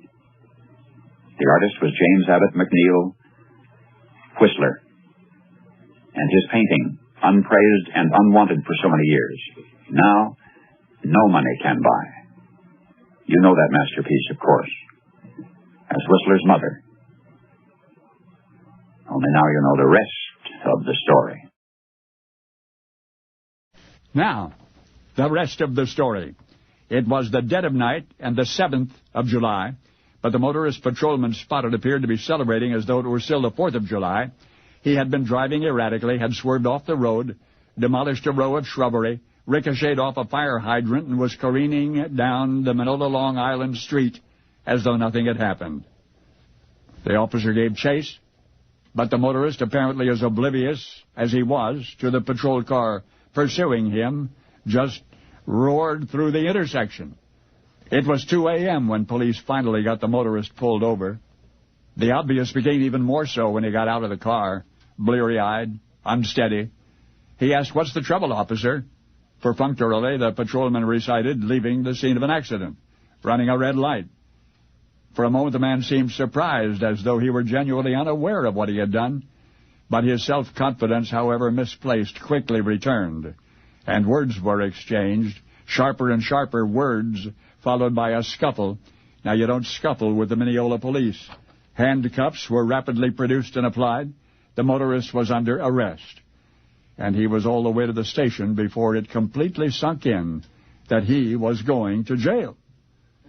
Until the second he realized it, he had been jibing and joking, and now suddenly he panicked. They booked him. "Wait a minute," he protested. "You're not putting me in a cell. I have claustrophobia. I'll go crazy." But they did put him in a cell, and they slammed the steel-barred door, very possibly on the rest of his life. For this is the rest of the story. All through that dark night, in that dark cell, a dark fear crept into the prisoner's soul. This dreadful experience was the culmination of some terrible personal conflicts. One in particular, an impossible decision that loomed before him, the choice between his life with his wife and children and a new life with another woman. Drinking seemed to lighten the weight of this ponderous alternative, and that, coupled with an apparent innate weakness for whiskey, added up to big trouble, and now, specifically, to jail. And yet, in retrospect, that traffic light intersection in Mineola, Long Island, represented a crossroads of another kind. That reckless driver sought and got professional help, and he got straightened out. And although he was unable to rescue the remnants of his failing marriage, he did marry the other woman, and he is married to her even still, 51 years later. For what might have destroyed a public career and a private life, July 7, 1956, instead marked a new beginning, an ascension from the depths of indecision and addiction and despair to the summit of personal satisfaction and professional success. Oh, yes, you know the man I'm talking about. You know the troubled 31-year-old actor once led away in handcuffs to an overnight stay in the Slam. You know him as Paul Newman. Only now you know the rest of the story. Now, the rest of the story. Lord Francis Rawdon, gazing from a window in his quarters, could hardly believe his eyes. For there, through the main gate of the stockade, strode a tiny, red-haired, blue-eyed woman, unarmed, unaccompanied, and yet issuing orders to the prison camp guards as though she might be the King of England himself. "I insist on seeing my boys," the woman exclaimed. And Lord Rawdon, the camp's commander, irresistibly impressed and a little amused, invited this bold intruder to tell him personally the rest of the story. "You," she said, "are holding my 2 sons a prisoner. The younger is barely 14. They were captured following a skirmish 40 miles from here. The woman, her name was Elizabeth Hutchinson. The woman went on to relate how the boys were subsequently sword-slashed by an arrogant British officer, angered that his young captives had refused to shine his boots. They were then forced to march without food or water and even bandages for their wounds all the way to Camden, South Carolina, and to this very stockade. You may speak with your sons," Lord Rawdon said, "but I ought to warn you that there's an outbreak of smallpox among the prisoners." Well, Elizabeth just brushed that warning aside and demanded once more to see her boys. "Take this woman to the 2nd floor of the jailhouse," Lord Rawdon told a sentry, and that ought to have been that. But only a short while later, Elizabeth returned, banging with her fist on the commander's door. Her sons, on the daily ration of a solitary piece of stale bread, were starving to death. Their wounds from the British officer's sword remained untreated, and for all she knew, they were both contracting the deadly disease that was now ravaging the camp.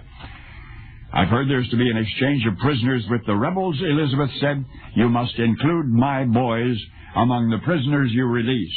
And Lord Rawdon, more impressed than ever by the bravery of the fiery-eyed Irish immigrant, granted her request. For her elder son, Robert, help had arrived too late.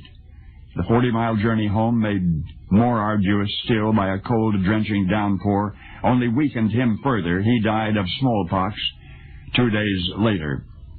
But Robert's younger brother had become infected as well, so Elizabeth watched over him day and night until he was out of danger. And then she hurried off to Charleston Harbor, 160 miles away, to nurse ailing American captives aboard disease-ridden British prison ships. It was in this effort that she died several weeks later, probably of cholera, after which she was hastily buried in Charleston in an unmarked grave.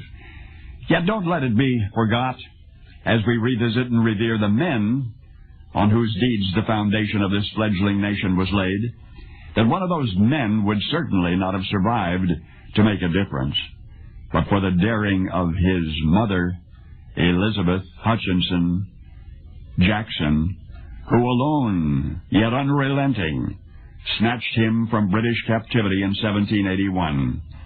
For the history of the American Revolution and beyond reveals the patriot who was to become the 7th President of the United States, Andrew Jackson, to have been above all a man of courage.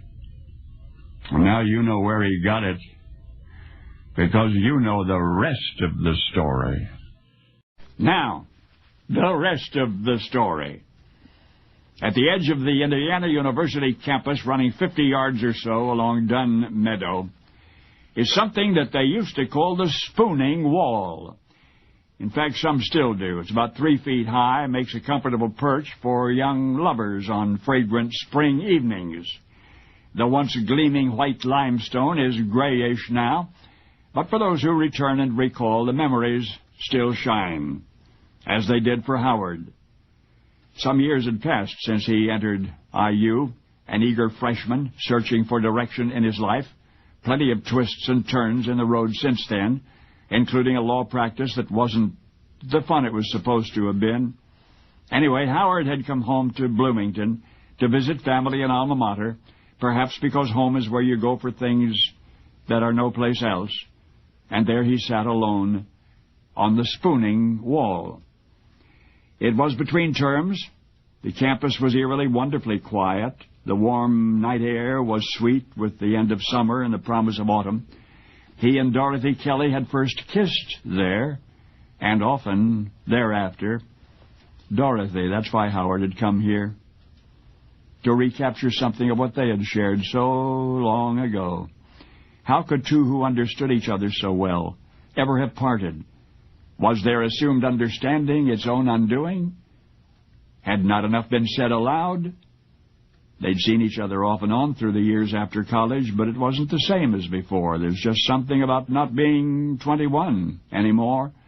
And then came that letter, the letter saying that Dorothy was going to marry somebody else. And Howard, sitting there in the starry silence, remembered his surprise, remembered how it stung, and that moment is when it came to him. Dorothy had gone her way, had faded into a secret scrapbook of 1,000 wistful recollections, and yet on the night breeze returned to Howard the faint aroma of yesterday.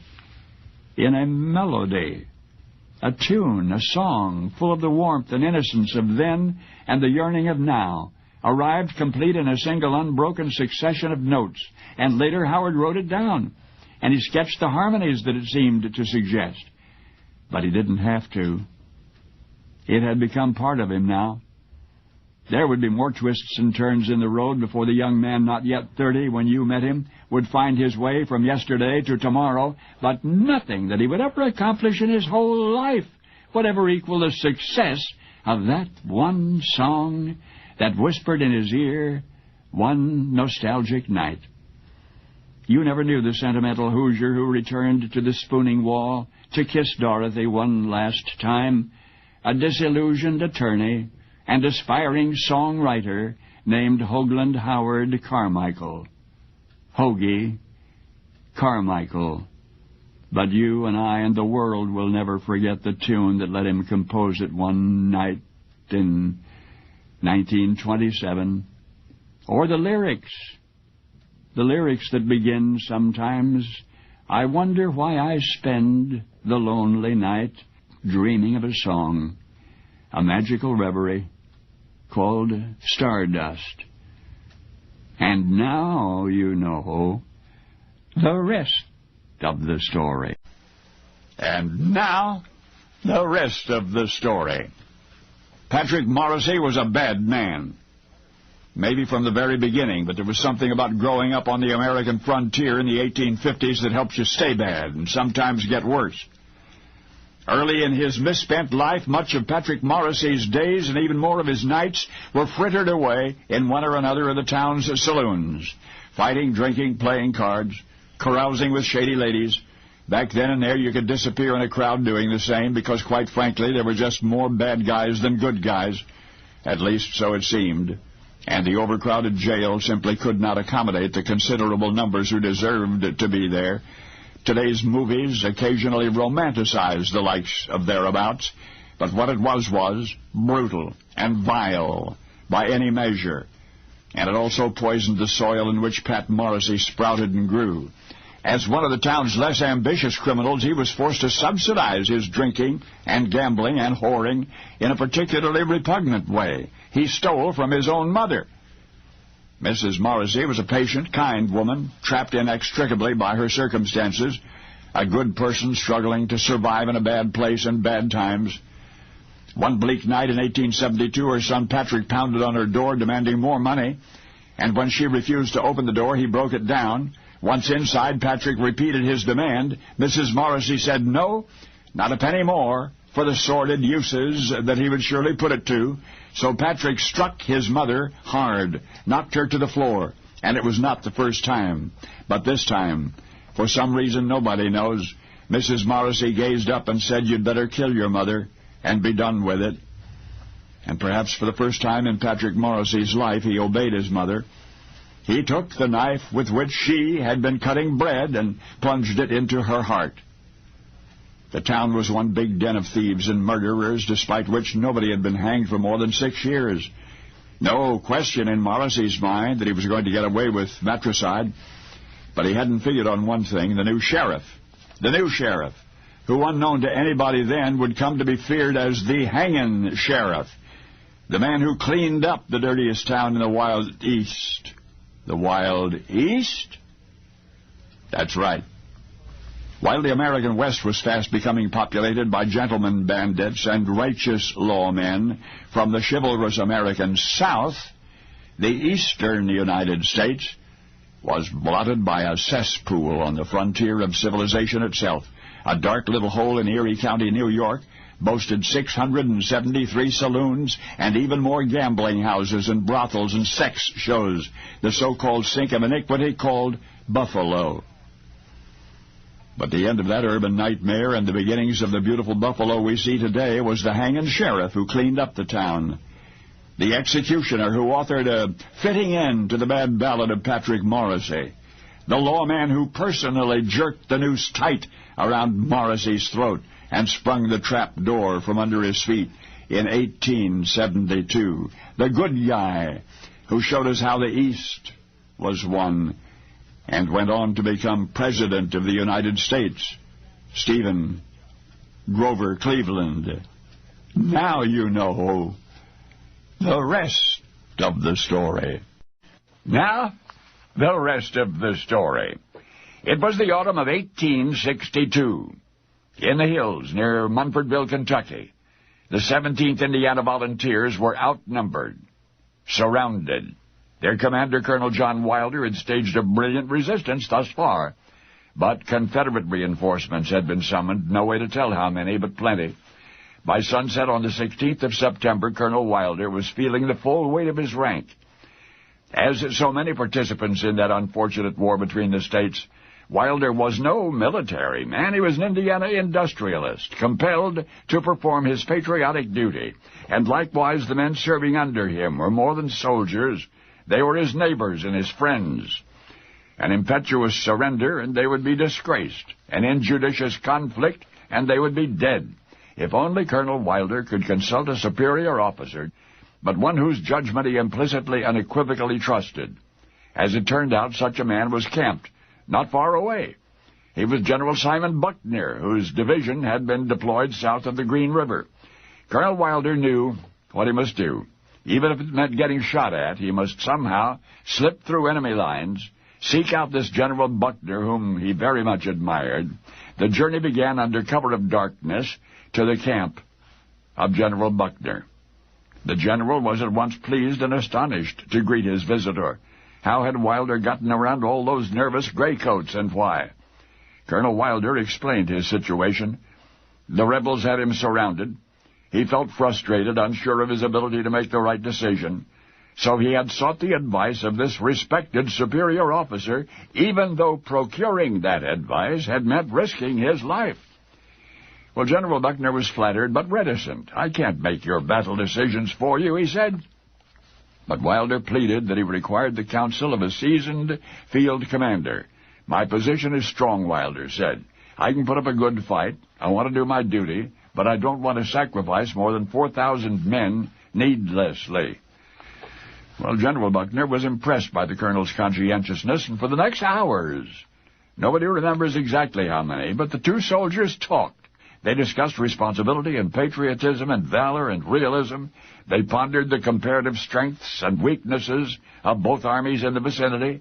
After the reluctant colonel had harvested every grain of information and wisdom that he could from the venerable general, the two men parted company with a hearty hand clasp, and Colonel Wilder returned to his command and ordered the immediate surrender of his own 17th Indiana Volunteers.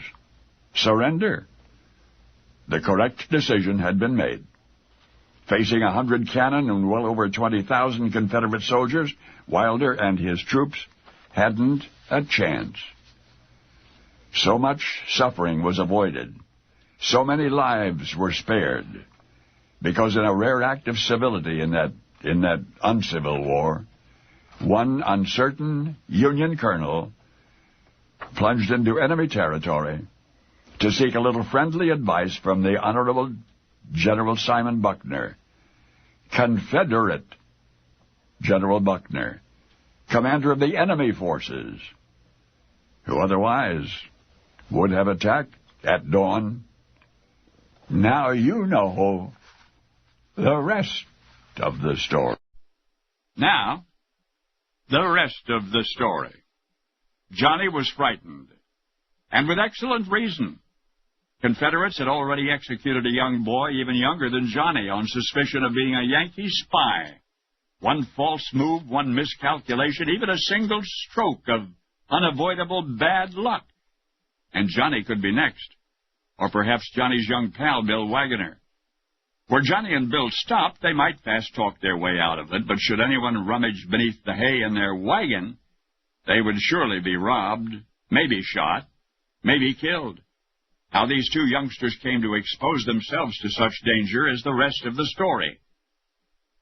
Ever since he was 7, little Johnny Newton knew precisely what he wanted to do with his life. He wanted to distill and sell whiskey. At the time, he was earning a salary as a houseboy to a Lincoln County, Tennessee Lutheran minister who just happened to be a whiskey distiller on the side. Johnny pestered the preacher to teach him the distiller's trade, which he did. Not everybody in his minister's congregation approved of his sideline. By 1860, it had created such a controversy that he decided to abandon it. In fact, he offered to sell the distillery to his houseboy, Johnny, on credit. Johnny, who was then 13, who'd been saving $5 out of his pay every month, jumped at the opportunity, and thus armed with the proper equipment and experience, the boy realized his childhood dream. He became the youngest sour mash maker and distributor in the business. At first, Johnny hoped to relocate his operation closer to Lynchburg, from which rail delivery would vastly expand his market. But then intruded the uncivil war. Potential battlefields were everywhere. Johnny would just have to leave his distillery where it stood and deliver the goods personally. With the assistance of a 1-year older friend named Bill Wagoner, Johnny made weekly sales trips to Huntsville, Alabama. Still only 13, he loaded a 2-mule wagon with whiskey jugs and covered them with hay, and armed only with a pocket knife, set out across some of the most perilous territory in either state. By Union soldiers, the boys might have been shot as Confederates. By Confederate soldiers, the youngsters could have been killed as Confederate Army deserters or even Union spies. And, of course, non-military marauders who discovered the sour mash would simply steal it. And then when the boys reached their destination, things really got rough, because they'd been forbidden by the sheriff to sell in the city, so they would sneak in after midnight and secretly peddle their whiskey to grocers and saloon keepers and restaurateurs. And that's the way Johnny did business, smuggling and sneaking, throughout the war between the states. That same business that grew up in Lincoln County, Tennessee, has changed considerably over the past century, although some of the folks who partake of Johnny's recipes swear that they taste just a touch of the hay from the back of that 2-mule wagon. Anyway, today Johnny's name is virtually synonymous with this product. But now whenever you hear it, you'll recall the adventures of the smallest smuggler in the South, the 13-year young Johnny Newton. Johnny Newton Daniel. Jack Daniel? Jack Daniel. Now you know the rest of the story. That was part 6 of 14 of Paul Harvey's commentaries called The Rest of the Story. Airchecks is a 3-hour podcast uploaded every Saturday and is broadcasted on the K-Tai radio network every Sunday. See you at the same time and same channel.